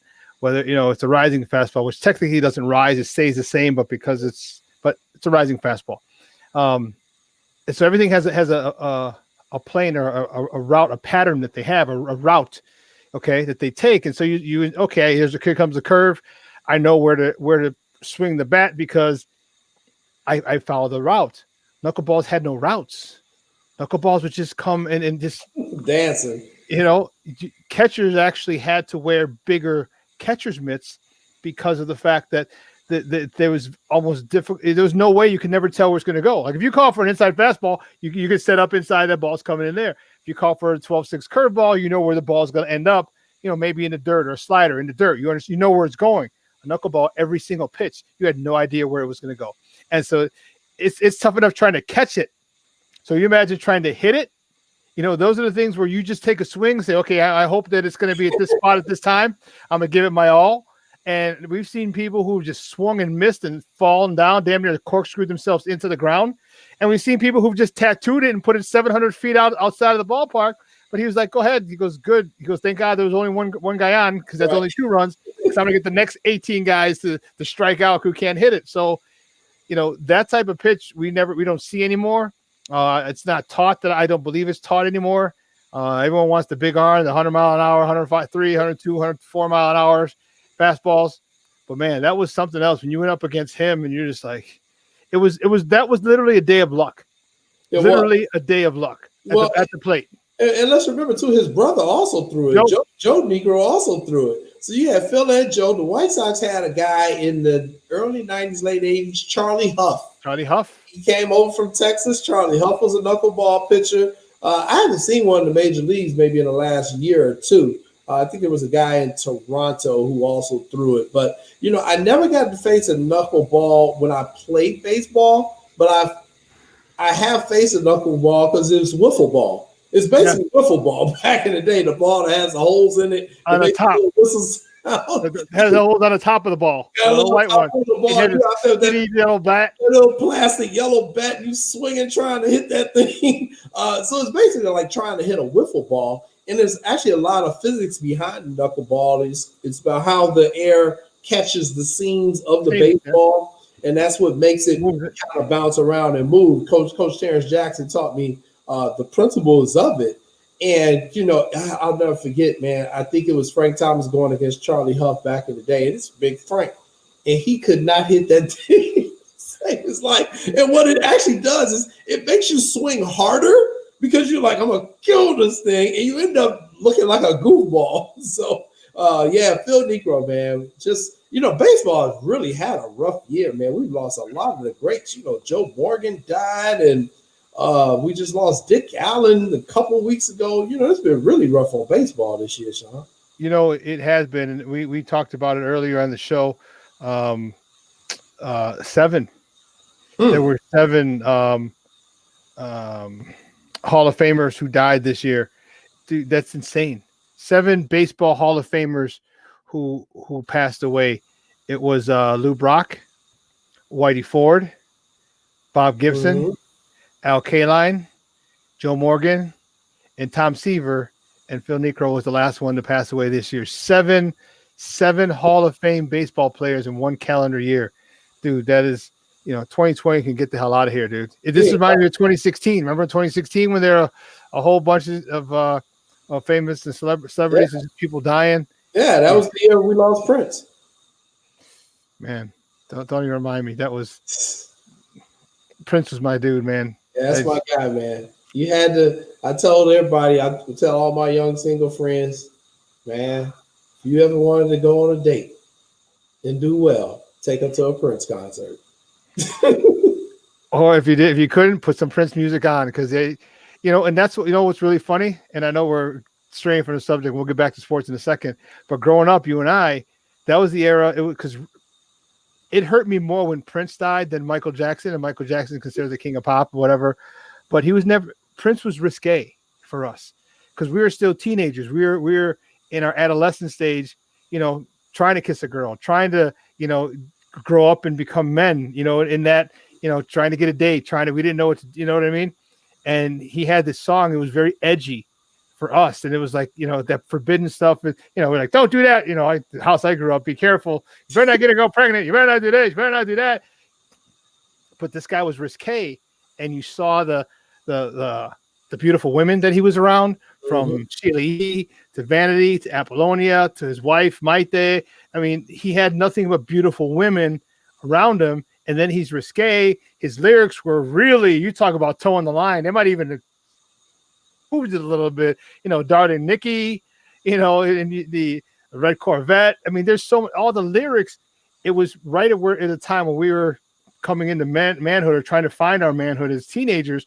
It was so risque, and that's why I love Prince. And then the way he played the music, it was when you talk about funk and jazz and rock and roll, all that combined in one. And then to top it off, he was a stud basketball player. Right. Yeah, he was the GOAT, man. He was definitely an feminine alpha male. That's the crazy thing about it, man. And I think that's what made him so unique, man.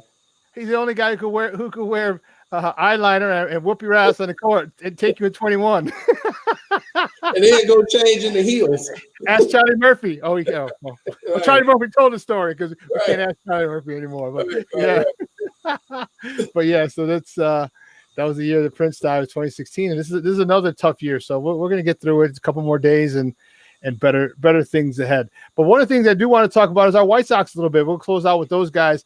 You know, I'm really excited. They just signed the number one international prospect, Yoenis Cespedes' half brother. Mm-hmm. Outfielder, is supposed to be a 5-tool player. When they start doing ish like this shows you that Rick Hahn's back in control. Okay, outside of the speed bump that is Tony La Russa, it shows you that he is he's back in control, because now you're getting a guy who's not ready, and he's going to be here up in the bigs, up in the show in about 2 years, maybe 3, who knows, depending how he gets fast tracked. But now we're not building for now; we're building for the future. We have our people for now. We got the Yoel Moncada's, the Lewis Roberts, the Eloy Jimenez, the Tim Andersons. We have those guys for now. But now we're looking at 4, 5, 6 years down the road, okay, to keep that pipeline going. And that Cuban pipeline, because he's Cuban, has been so beneficial to the White Sox for years. And it's we're fortunate that we have a guy like Jose Abreu, who's looked to as a god down in Cuba because of his time with the Cuban national team, and that those lines are open because they can recruit for us as well. But not just that, the scouts down there, they know where to go. Mm-hmm. They know the White Sox have that pipeline. They really take care of their Cuban players. There's a huge Hispanic population and culture here in Chicago. Mm-hmm. Not so much Cuban, more Mexican and Puerto Rican. But still, you're still in a good spot for, if you didn't want to speak English and you wanted to go out to a club or a restaurant and feel comfortable, you can. There's plenty of restaurants and places to go, and well, obviously not now, but places to go and where you don't have to speak English, and it's easier for them to get around and to feel comfortable in a city that's thousands of miles away from their native land. Right. That is the benefit of having Chicago being an international city. We are truly an international city. The other thing about that is, I think people forget a lot of times it is extremely hard for all athletes who come from other countries to come to a whole nother country. You got to learn a whole new culture. You got to learn a whole new language. You don't even know where to buy a house at. You don't even know where to get groceries from. I know. Believe me, I know. I think the White Sox have done a great job in providing these guys with an environment where they come in here and they're comfortable. And I think having the number of countrymen that they have here is definitely helping them to recruit players from Cuba. The White Sox have got one of the scouts that actually said it. Maybe next time we have Bob Nightingale on, we'll ask him. They said the White Sox have pretty much the best international kind of scout department. Yeah. Right. So, we'll ask Bob about that next time he's on. But it's very pleasant. I'm very excited about this team. The whole La Russa thing, it's either going to be great or it's going to be a complete disaster. Maya and I agree with that. This is either going to be a complete disaster, and then Rick Hahn can say, "See, I told you so," or you're gonna pull Eddie Murphy. Right? Wasn't me. Right. I said it wasn't me. Right. So it's either going to be that, or it's going to be they're going to be able to really flourish under Tony.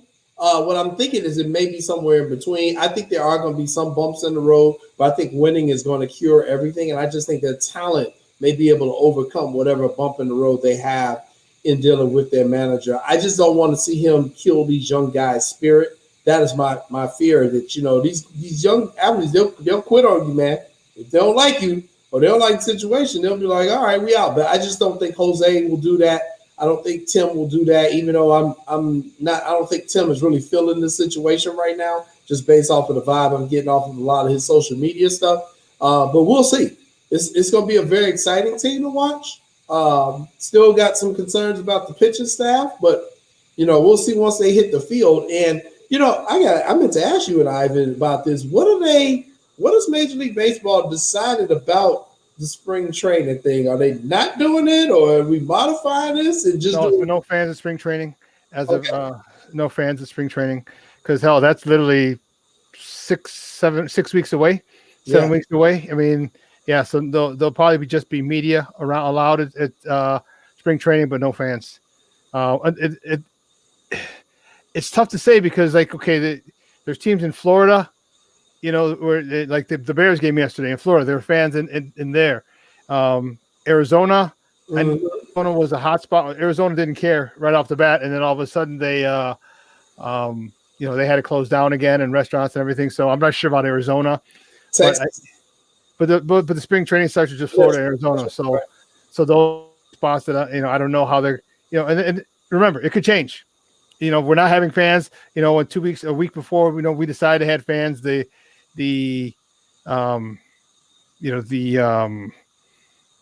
rate has gone down. The positivity rate has gone down. Yeah, so that can change. So hopefully it does, because that's always a great getaway for media, for fans. You know, you go to Florida, you go to Arizona in March. You know, weather could be, you know, crap here, and you're in 70+ degree weather. Give me 65 and up, dude, and I'm happy. I'm happy to pick and slop, bro. And you give 65 to an Arizonian, they're like, oh my god, it's freezing. I need a sweatshirt. I need a parka. I need a down jacket. I need a North Face. Like, what? Give me shorts. What the hell's wrong with you, psychos? Hey, don't mean to switch gears, but I don't know if you guys saw this, but Washington has waived quarterback Dwayne Haskins after the loss. But I think it was more for him, the strip club incident, and on top of everything else that they've been. I think Ron Rivera and Dwayne Haskins, I think there's kind of a beef there. So I think all that on top of this, you know, amounted to him being waived. So Dwayne Haskins has been waived by the Washington football team. Wow. Yeah. Okay.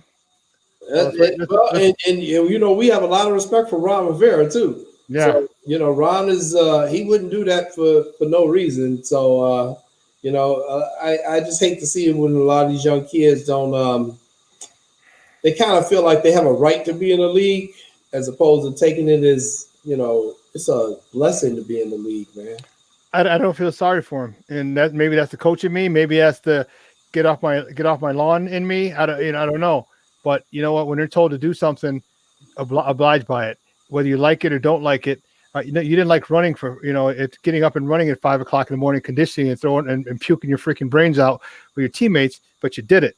Okay. And a lot of times you're right. It's that entitlement that a lot of younger generations feel that they deserve, and like, you don't deserve this. Okay. This is an honor. It's a privilege because of the fact that there are so many different, so many people who wish they had the opportunity, who could be just as good as you, but you just happen to go to a bigger school. You just happen to, you know what I mean? And a lot of it has a lot to do with the school that you went to. Now, if you remember Marion Butts from the Florida State, well, why? Because Florida State was churning out NFL players, and Marion Butts was only a special teams guy.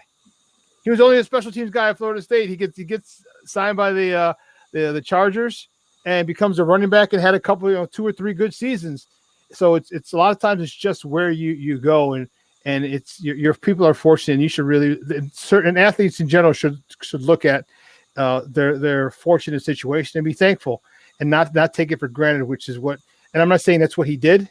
I'm just saying, generally speaking, with a lot of younger athletes, they feel because they made it to that point that their work ethic and their things, like, just that their work ethic doesn't need to continue. But that's where it needs to really start. Well, you know, Shawn, and the weird thing about it too is that I kind of feel like football players more than anyone else a lot of times understand that any game can be your last game because you're one hit away. Yep. So, you know, I actually think football players kind of understand that better than some of the other sports because it's such a violent sport, potential for career-ending injury. But, you know, there are knuckleheads in every sport too, you know. But, you know, I don't know what he's thinking. He's going to do Pac-Man Jones at the strip club or whatever the hell. But, you know, now he's out there without a job. And, you know, the other thing about football, them contracts ain't guaranteed.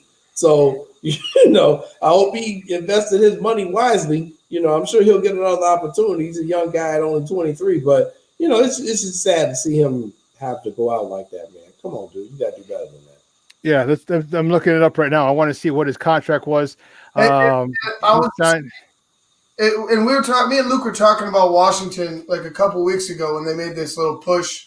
They took the lead. Now they're back. I think they're tied with a bunch of with the Giants. I think the Giants are in the lead for good. To be honest with you, unless they lose next week. But we're just talking about how even this year, like, and honestly, the change of the name and everything, like all that they've gone through, all that Ron Rivera has gone through. Ron Rivera has had them in a position where they could be successful, and I just think that Dwayne Haskins, he probably could be a good player, but I don't think his head was in it. And Ron Rivera is not the type of guy, like you said, Jason.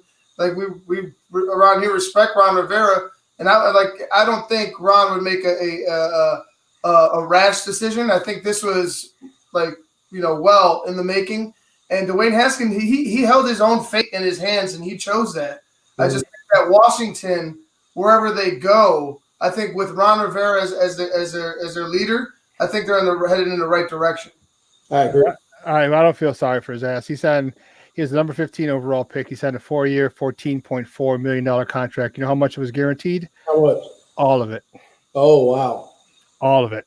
So he got $14 million on the guaranteed. So let's say after taxes, he'll come. Let's say $9 million. He's got $9 million. No, he's a little higher. So we're talking $7 million plus you got your agents. Let's say between $5 to $6 million he's got. So hope you hear about real estate investing and start buying some properties or something, Papa, because you might not have another job in the NFL. And I hope she didn't get pregnant.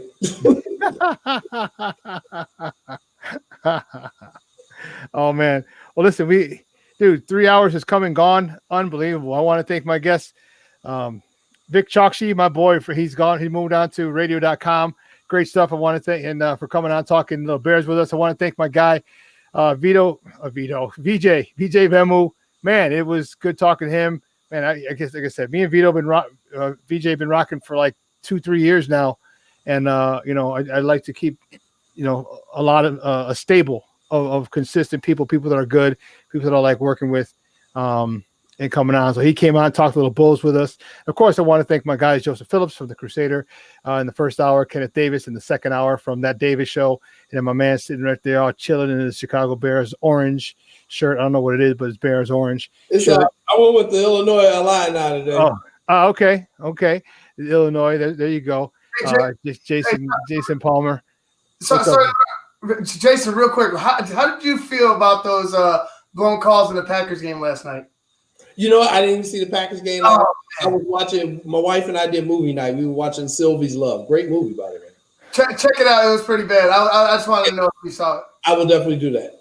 I checked out Soul from on Disney with Jamie Foxx. That was good. I heard it's good. Yeah, that was good. Check that out. So I want to thank all those guys. Of course, I want to thank my guy, the Puerto Rican Swiss Army knife, who loves to interrupt people. Who loves to keep the show going. Just busting his balls. Who keeps this show running every single time. Our executive producer, Elliot Baez. Our social media guy, Clarence Council, and my co-host, Adam Censor herself, Maya Kai. Guys, it was a great show. So we will be back. We're going to take a 45-hour break, and we will be back on Wednesday for the last show of the year. As we're going to take off the rest of the week.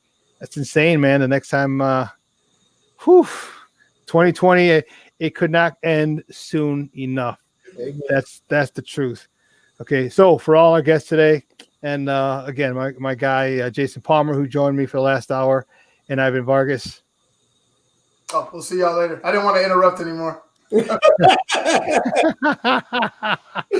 Oh, nice. Hey, guys, I'm your boy, the Superback, Shawn Sierra. We'll see you in 45 hours. Deuces.